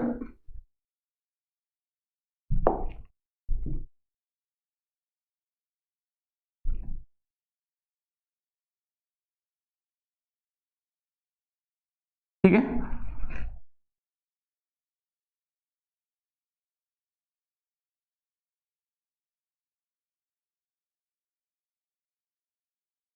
ठीक है, तो ये हमारा दो डाइपोल हो गया। तो जिधर की ओर सटा है उधर कॉस में, और जिधर की ओर हटा है उधर क्या हो जाएगा बेटा, ये हो जाएगा पी साइन थीटा। इसको तुम बोल दो कि पी पैरेलल समानांतर है, आर वेक्टर के पैरेलल में है, और इसको बोल दो पी परपेंडिकुलर। कोई दिक्कत नहीं सर, या पी एक्स पी वाई मान लो, नहीं समझ में आ रहा तो इसको पी एक्स पी वाई मान लो, इसको मान लो पी एक्स हो गया, और इसको क्या मान लो, पी वाई मान लो ना, चूंकि भाई आपका क्या है, वाई एक्सिस है, ये आपका क्या है बेटा, एक्स एक्सिस है। तो हम क्या करेंगे, सबसे पहले डाइपोल को अलोंग द एक्स एक्सिस और अलोंग द वाई एक्सिस हम क्या करेंगे, तोड़ लेंगे। अब तोड़ने के बाद क्यों तोड़े, अब यहां पे समझाते हैं आपको। कहता है क्या कि तुम ध्यान से देखते बेटा कि सर यही ना एक डाइपोल हो गया, देखो हाई डाइपोल हो गया, ये डाइपोल हो गया। इस डाइपोल से किसी भी आर दूरी पर यहां पर हमको क्या करना है बेटा, डाइपोल से कोई भी आर दूरी पर यहां पर हमको इलेक्ट्रिकल फील्ड निकालना है। तो डाइपोल के एक्सिस पर इलेक्ट्रिकल फील्ड हमको आता है, कितना आता है, तो 2kp अपॉन आर क्यूब। और यही डाइपोल है नहीं, तो डाइपोल हाई डाइपोल, इस डाइपोल के अगर परपेंडिकुलर में इलेक्ट्रिकल फील्ड देखोगे तो अब यहां पे इलेक्ट्रिकल फील्ड किधर होगा, तो डाइपोल के अपोजिट डायरेक्शन में होगा। तो हम क्या किए कि ध्यानपूर्वक समझोगे कि सर ये जो डाइपोल मिला, ये जो डाइपोल पी कॉस थीटा मिला, तो इसी डाइपोल से ना ये आर दूरी पर यहां पर इलेक्ट्रिकल फील्ड पूछ रहा है, तो इस डाइपोल के एक्सिस पर आ गया कि नहीं आ गया, आ गया। और यहां ध्यान से देखो कि ये एक डाइपोल है, अरे हाँ ना देखो, जिसका नाम है अब पी कॉस थीटा, पी क्या हो गया बेटा, खत्म हो गया। अब आपके पास दो डाइपोल आ गया, एगो डाइपोल पी कॉस थीटा और एक डाइपोल आपका पी साइन थीटा, और ये दोनों डाइपोल क्या होंगे, एक दूसरे के परपेंडिकुलर होंगे। तो अब हमको निकालना है ओवरऑल, तो क्वेश्चन यही ना है कि सर यहां से कोई भी आर दूरी पर इलेक्ट्रिकल फील्ड निकालना है। तो तुम सोचो कि अब ये जो हमारा डाइपोल आ गया पी कॉस थीटा, तो इस पी कॉस थीटा के एक्सिस पर ही ना ये पॉइंट है आर, तो यहां पर electrical field P cos theta का यहां पे लिख देंगे, वो आता है हमको। और ये जो डाइपोल ध्यान से देख रहे हो पी साइन थीटा, तो ये पी साइन थीटा क्या है बेटा, यह इस आर के देखो तो ये परपेंडिकुलर में है कि नहीं है, तो हाँ सर लंबवत में है। तो डाइपोल के परपेंडिकुलर में क्या हमको यहां पर इलेक्ट्रिकल फील्ड निकालने आता है, तो हाँ आता है। तो ध्यान करो, समझते बेटा। हम क्या देखेंगे, यहां ध्यान दें कि इस डाइपोल के कारण यहां पर जो हमको इलेक्ट्रिकल फील्ड मिलेगा,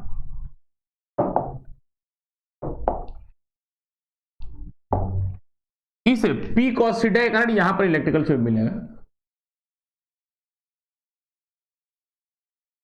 रुक जाओ, कलर चेंज कर लेंगे। इस डाइपोल के कारण, इस पी कॉस थीटा के कारण किसी भी आर दूरी पर यहां पर जो हमको जो इलेक्ट्रिकल फील्ड मिलेगा, ठीक है, तो यहां पर जो इलेक्ट्रिकल फील्ड मिलेगा वो क्या मिलेगा, electrical field along X axis मिलेगा, और ये electrical field along X axis कितना मिलेगा, तो P cos थीटा के कारण इलेक्ट्रिकल फील्ड कितना मिलता है, तो डाइपोल के एक्सिस पर इलेक्ट्रिकल फील्ड कितना मिलता है, तो 2kp। अब P का मान यहाँ पर क्या है, P cos थीटा है, तो 2kp अब बटा में क्या लिखेंगे, r क्यूब। यहाँ से यहाँ तक की दूरी कितना है, r, तो r का क्यूब लिख लेंगे, कोई दिक्कत नहीं, EX मिल जाएगा। अब तुम सोचो कि अब इस डाइपोल के कारण यहाँ पर इलेक्ट्रिकल फील्ड मिल गया है। अब इस डाइपोल ये क्या है, परपेंडिकुलर में, इस R के परपेंडिकुलर में है, तो R के परपेंडिकुलर में यहाँ पे इलेक्ट्रिकल फील्ड की तरह कितना होता है, तो वो होता है इसके जस्ट परपेंडिकुलर में इलेक्ट्रिकल फील्ड दिखा लेंगे।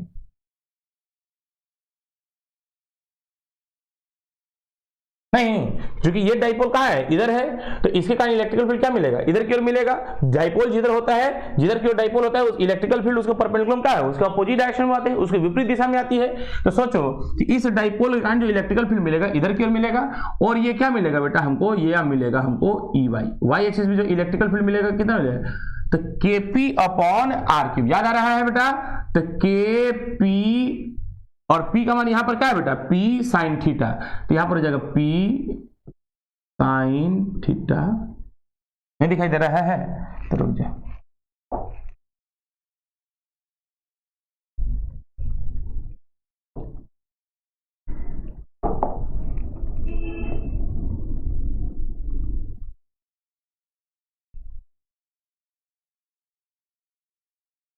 ठीक है। ये हो जाएगा हमारा E का Y वाला भाग, मिल जाएगा KP cos sine theta, sorry,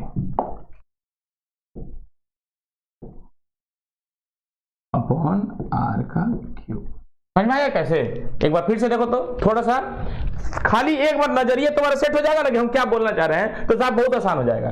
हम क्या किए कि इस डाइपोल को R वेक्टर, R जहां पर हमको निकालना है, R वेक्टर और R वेक्टर के परपेंडिकुलर में हमने क्या कर लिया, तोड़ लिया। तो R वेक्टर के अलोंग आ गया P cos थीटा, और R वेक्टर के परपेंडिकुलर में आ गया P sin theta. R vector के परपेंडिकुलर आ गया P sin थीटा। अब हुआ क्या कि अब हमारे पास जो एगो डाइपोल था वो दो डाइपोल में आ गया, क्या वो दूगो, कौन कौन सा, एगो हो गया P cos थीटा और एगो हो गया हमारा P sin थीटा। अब ये जो P cos थीटा तुमको दिखाई दे रहा है, तो ये जो P cos थीटा तुमको दिखाई नहीं दे रहा है कि R वेक्टर की दिशा में ही है। जब R वेक्टर की दिशा में है तो सब डाइपोल के एक्सिस पर हो गया ना, तो इस डाइपोल कौन सा हो गया, P cos थीटा हो गया। तो इस डाइपोल के एक्सिस पर इलेक्ट्रिकल फील्ड कहां मिलता है, तो डाइपोल के एक्सिस पर ही मिलता है, और वो कितना 2kp अपॉन R क्यूब। तो P यहां पर कितना है, तो P cos थीटा, तो P cos थीटा डाल दिया। अब बटा में दूरी यहां से यहां तक कितना है, R है, लिख दिया। अब इस डाइपोल के कारण यहां पर इलेक्ट्रिकल फील्ड खत्म हो गया। अब एगो डाइपोल मिला हमारा P sin थीटा। अभी P sin थीटा के कारण ये पॉइंट कितने कहां पर है, तो परपेंडिकुलर में है, लंबवत में है। तो सोचो कि इसके कारण यहां पर इलेक्ट्रिकल फील्ड कितना होगा, तो जिधर की ओर डाइपोल होता है उसके जस्ट अपोजिट में इलेक्ट्रिकल फील्ड मिलता है, तो कितना मिलेगा, तो KP अपॉन R क्यूब। कितना मिलेगा, KP अपॉन R क्यूब। तो K हो गया, P हो गया, और P का मान क्या है बेटा, P sin थीटा। यहां पर P क्या है बेटा, P sin theta upon R cube. कोई दिक्कत नहीं सर। अब हम क्या करेंगे कि साहब, अच्छा बाद में डायग्राम में फिर से करेंगे, लेकिन अब हम लोग यहां पर कैलकुलेशन करने चालू करते हैं, कोई दिक्कत नहीं। तो यहां पर सॉल्यूशन करेंगे, डायग्राम समझ में आ गया। अब हम लोग क्या करेंगे, वही सॉल्यूशन से लिखेंगे। हम लोग फिर से लिखेंगे कि sir let us consider dipole of dipole moment P, कि साहब let us consider a dipole of dipole moment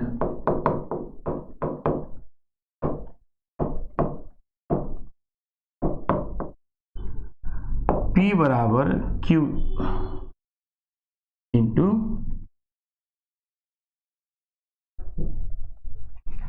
इसे यहां पर वैल्यू लिखने की कोई जरूरत नहीं है।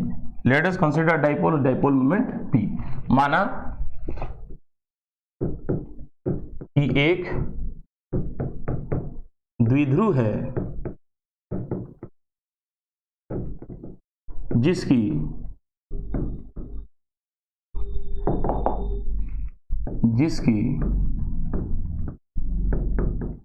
द्विध्रुव आघूर्ण P है। अब हम क्या करेंगे, नाउ हम क्या करेंगे कि ये जो डाइपोल है P है, इस डाइपोल को हमको क्या करना है, लॉन्ग एक्स एक्सिस और वाई एक्सिस में तोड़ लेना है ना।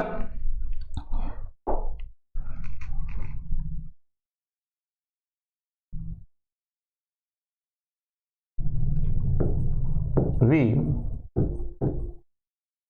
break the dipole along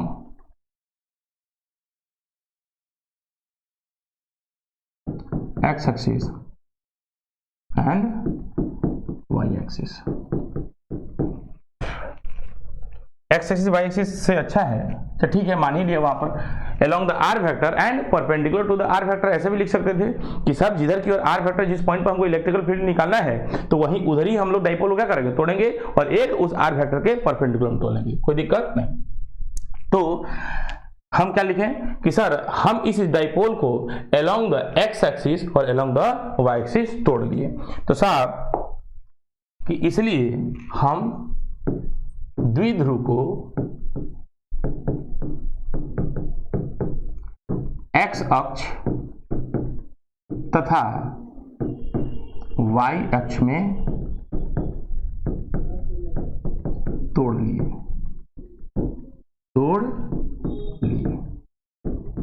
ठीक है, तो इसलिए लिखेंगे electrical field due to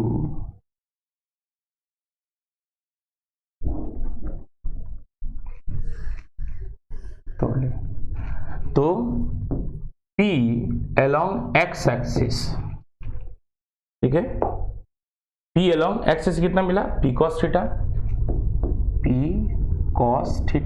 and P along y axis कितना मिला बेटा, P sin थीटा। कोई दिक्कत नहीं। अब हम लिखेंगे now electrical field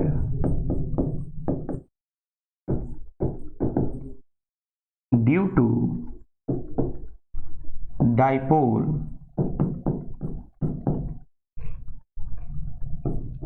px eight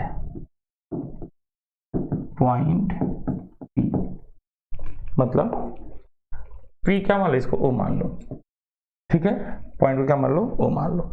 नहीं, जहां पर हमको इलेक्ट्रिकल फील्ड निकालना है ना बेटा, यहीं पर इलेक्ट्रिकल फील्ड निकालना है तो उस पॉइंट को हम लोग क्या मान लेंगे, O मान लेंगे, कोई दिक्कत वाली बात नहीं। अब तुम सोचो तो यहां पर हम क्या मान लेंगे साहब, यहां पर हम इसको O मान लेंगे एट पॉइंट O, क्योंकि P किसको रिप्रेजेंट कर रहा है, डाइपोल को रिप्रेजेंट कर रहा है। तो हम लिखेंगे कि बिंदु O पर द्विध्रुव px के कारण विद्युतीय क्षेत्र, कोई दिक्कत नहीं, बोल बेटा। तो electrical field along X axis, ध्यान दे, electrical field along X axis कितना मिलेगा, तो के एक्स एक्सिस में तो के में कितना मिलेगा, 2kp एक्स एक्सिस का डाइपोल अलोंग आर क्यू बटा में आर क्यू, या electrical field along X axis कितना मिलेगा, तो 2k, अब पी एक्स का मान कितना हो जाएगा, p cos थीटा, अब बटा में क्या लिखेंगे बेटा, आर क्यू, ये नहीं मिलेगा, ध्यान देगा 2k p cos theta by R cube, क्योंकि px का मान कितना है, p cos थीटा है। अब ऐसे हम लोग क्या लिखेंगे बेटा, कि साहब electrical field due to dipole py at point O, कि साहब y वाले डाइपोल, y एक्सिस में जो डाइपोल आ रहा है उसके कारण इलेक्ट्रिकल फील्ड कितना होगा, मतलब हाई जो py आ रहा है इस डाइपोल के कारण किसी भी O बिंदु पर इलेक्ट्रिकल फील्ड कितना आएगा, तो ऐसे आएगा और वो कितना मिल जाएगा, kp sin theta upon R cube. अब लिखेंगे कि इलेक्ट्रिकल फील्ड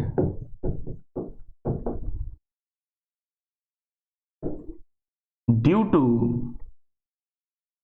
डाइपोल py कहां पर, तो एट पॉइंट O, तो ये क्या है, डाइपोल के परपेंडिकुलर में है ये पॉइंट, मतलब द्विध्रुव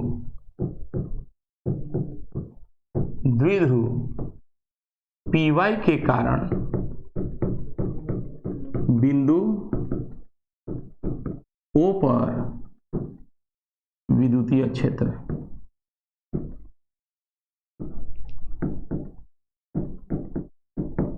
ठीक है, तो वो क्या लिखेंगे, electrical field along y axis बराबर, ठीक है।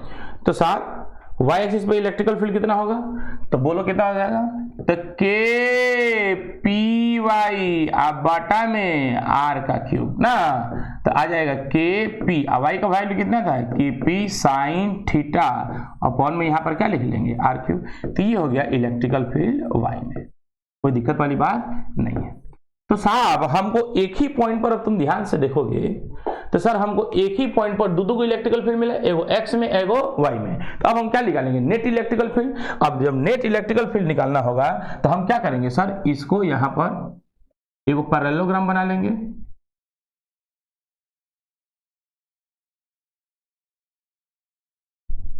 थोड़ा सा टेढ़ा हो गया क्या,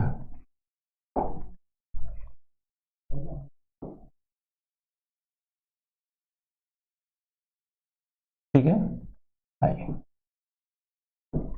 ठीक है। इसके पैरेलल में ये और इसके पैरेलल में ये एक समानांतर चतुर्भुज बना लेंगे, ऐसे ही निकालेंगे नेट। तो अब क्या होगा कि साहब समानांतर चतुर्भुज में देखते होंगे parallelogram law of vector addition में कि सर एगो फोर्स एगो वेक्टर इधर एगो वेक्टर इधर, तो साहब नेट रिजल्टेंट क्या होगा, तो सर दोनों के डायगोनल से पास होने वाली दोनों के डायगोनल से जो पास होने वाली वेक्टर होगी कि वही आपको इनेट देगा। तो हाँ सर, ये आपको क्या देगा बेटा, ये देगा आपको इनेट, क्या देगा बेटा, आपको इनेट दे देगा। बोलो कोई दिक्कत नहीं। तो सर एगो इलेक्ट्रिकल फील्ड इधर की ओर और एगो इलेक्ट्रिकल फील्ड इधर की ओर, तो नेट निकालने के लिए क्या करना है, इसके समानांतर में इधर और इसके समानांतर में इधर बना लेना है। बोलो कोई दिक्कत वाली बात नहीं। और जब बन जाएगा तो यही हमारा क्या हो जाएगा, इनेट। तो इनेट निकालने का तरीका क्या है, यहां से देखो तो हाई क्या बेटा ई एक्स और हाई क्या बेटा ई वाई। अरे हाई है ना ई वाई है रे, जितना हाई भाग है उतने ना भाग ये है, और जितना हाई भाग उतना ही ना भाग ये है। तो इनेट बराबर क्या होगा, तो अंडर रूट कौन बराबर क्या होगा, लंब का स्क्वायर जोड़ आधार का स्क्वायर। अरे बोल है ना। तो साहब तुम सोचो कि इसलिए अब लिखेंगे कि net electrical field at point P. तो नेट इलेक्ट्रिकल फील्ड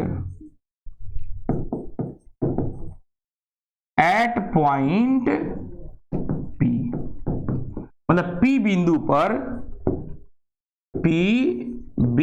पर कुल विद्युतीय क्षेत्र,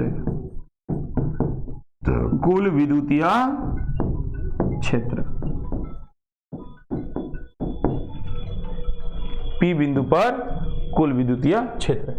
तो इसलिए जो इनेट आपको मिलेगा वो इनेट बराबर क्या होगा, अंडर रूट एक्स एक्सिस में जो इलेक्ट्रिकल फील्ड है उसका स्क्वायर प्लस वाई एक्सिस में जो इलेक्ट्रिकल फील्ड है उसका स्क्वायर।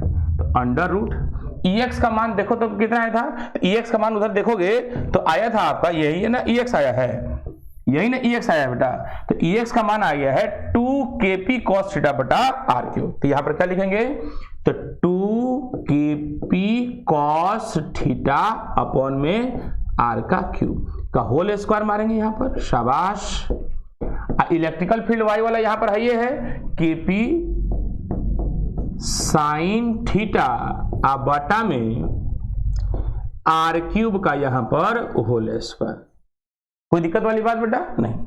x वाला x को लिख दिया, y वाला y को लिख दिया, दोनों का स्क्वायर करना है तो क्या करेंगे, यहां ध्यान से देख, यहीं पे कर दे रहे हैं। या इनेट बराबर, तुम ध्यान से देखो बेटा, इनेट बराबर क्या होगा, तो यहां पर KP upon R cube, KP upon R cube common है तो बाहर निकालेंगे, रूट से बाहर निकालेंगे, चूंकि स्क्वायर दोनों में है तो रूट से बाहर निकालेंगे तो बच जाएगा आपका KP upon R cube.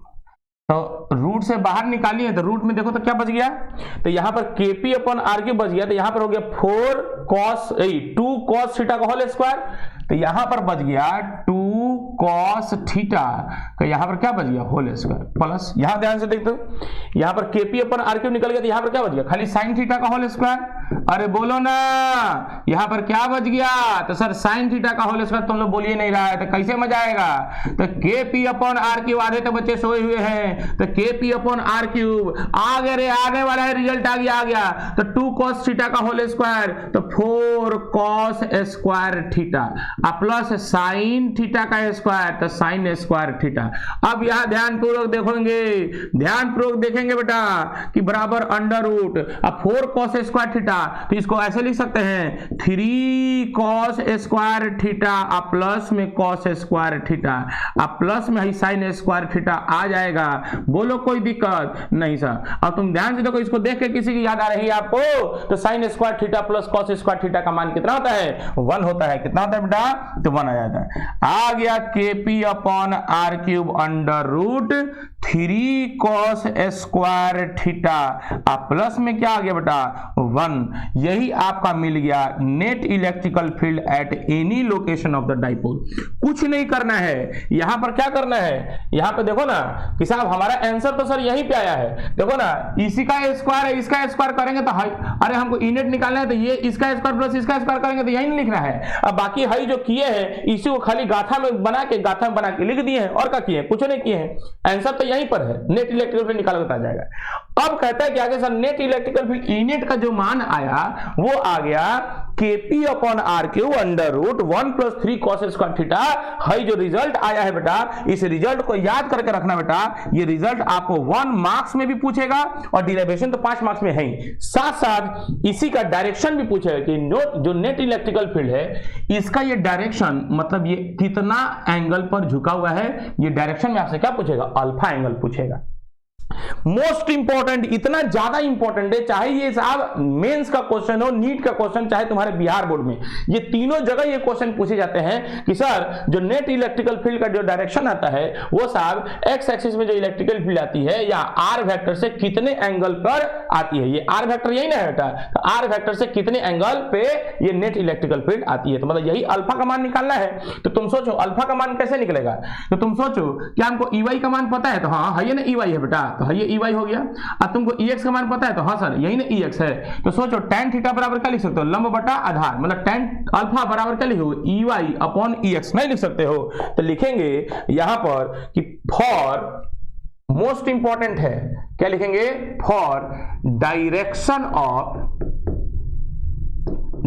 Of इनेट, net electrical field का दिशा, मतलब इनेट की दिशा।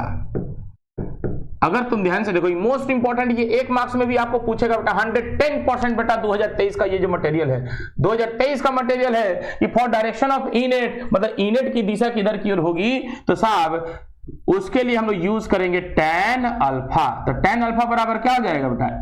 Electrical field along y axis बटा electrical field along x axis. देख ले फिर से एक बार, tan अल्फा बराबर क्या होगा? Electrical field along y axis बटा electrical field along x axis. तो electrical field along y axis कितना है? kp sin थीटा अपन r क्यूब। और बोलना यार कितना है बेटा? या ध्यान से देख, tan अल्फा बराबर यहां पे मिल गया kp sin theta upon r cube. ये तो इलेक्ट्रिकल फील्ड y का मिल गया, और x का क्या मिलेगा? तो 2kp cos थीटा। अब बटा में क्या लिखते हैं यहाँ पर? R cube. अब ये आर क्यूब से ये आर क्यूब कट गया, केपी से केपी भी हमारा क्या है बेटा? कट गया। तो आपको मिला क्या यहाँ पर बचा? बड़ा अच्छा रिजल्ट आता है, tan अल्फा बराबर साइन थीटा बटा में 2 इंटू कॉस थीटा। तो sine theta by cos theta क्या होता है बेटा? tan theta. अरे बोलना यार, याद आया कि नहीं याद आया कि sine theta by cos theta क्या होता है बेटा? tan theta. तो यहां पर हो जाएगा कि tan थीटा अब बटा में क्या आ जाएगा? 2। भाई इतना ज्यादा पूछा हुआ क्वेश्चन है ये कि तुमको क्या बताया जाए। तो tan अल्फा निकल गया, तो इसलिए हाइप नहीं पूछेगा आपको, जनरली यही पूछेगा, यही रिलेशन पूछेगा, इनमें से कौन सही है? तो tan अल्फा बराबर tan थीटा बाई 2। तो ये अल्फा बराबर लिखने का तरीका क्या है? अल्फा को यही रोक लो, अगर चूंकि यही तो वैल्यू नहीं पता है ना, तो अल्फा लिखने का तरीका क्या है? तो tan को उधर लेके जाओ, बराबर के इधर लेके आओगे। तो तब अल्फा को रोक के tan को जब इधर लेके आओगे तो tan पहले लिख दो, लिख दिया क्या? और इसके आगे क्या लगा देना है? ऊपर में एक -1 का निशान लगा देना है। और निशान लगाने के बाद tan इधर आएगा तो tan के पावर में क्या लगा देंगे? -1। और जैसे ही बराबर इधर आएगा तो सर बराबर के बाद जो भी लिखा हुआ होगा उन सभी को पूरा का, बराबर के बाद जो भी लिखा हो एक ब्रैकेट लेके अब पूरा का पूरा यहां पर लिख दो, tan थीटा बाई यहां पर क्या है? 2। अब इसको tan के पावर -1 नहीं पढ़ते बेटा, इसको पावर पढ़ते हैं tan इनवर्स। दिखाई देता है पावर -1, तो पावर -1 नहीं है उसको, वो एक फंक्शन हो गया, इनवर्स फंक्शन जिसको बोलते हैं। तो ई रिप्रेजेंट करने का तरीका है। तो tan inverse tan theta by 2 ये हो गया हमारा अल्फा। बोलो कोई दिक्कत वाली बात नहीं है। तो इस प्रकार से इलेक्ट्रिकल फील्ड का पोर्शन तो आपको खत्म होता है, इलेक्ट्रिकल फील्ड आपका खत्म होता है। अब क्या है कि साहब पोटेंशियल आपसे पूछेगा कि डाइपोल के कारण पोटेंशियल कितना होगा, तो पहले आप इतना आज कीजिए, फिर हम लोग पोटेंशियल में कुछ नहीं है, पोटेंशियल आसान सा है, और उसके बाद हम लोग पढ़ेंगे टॉर्क और पोटेंशियल एनर्जी ऑफ डाइपोल, है ना। दोनों बहुत इंपॉर्टेंट है, टॉर्क भी इंपॉर्टेंट है, पोटेंशियल डाइपोल भी इंपॉर्टेंट है। आई होप सो आपको समझ में आया होगा। Thank you, bye bye.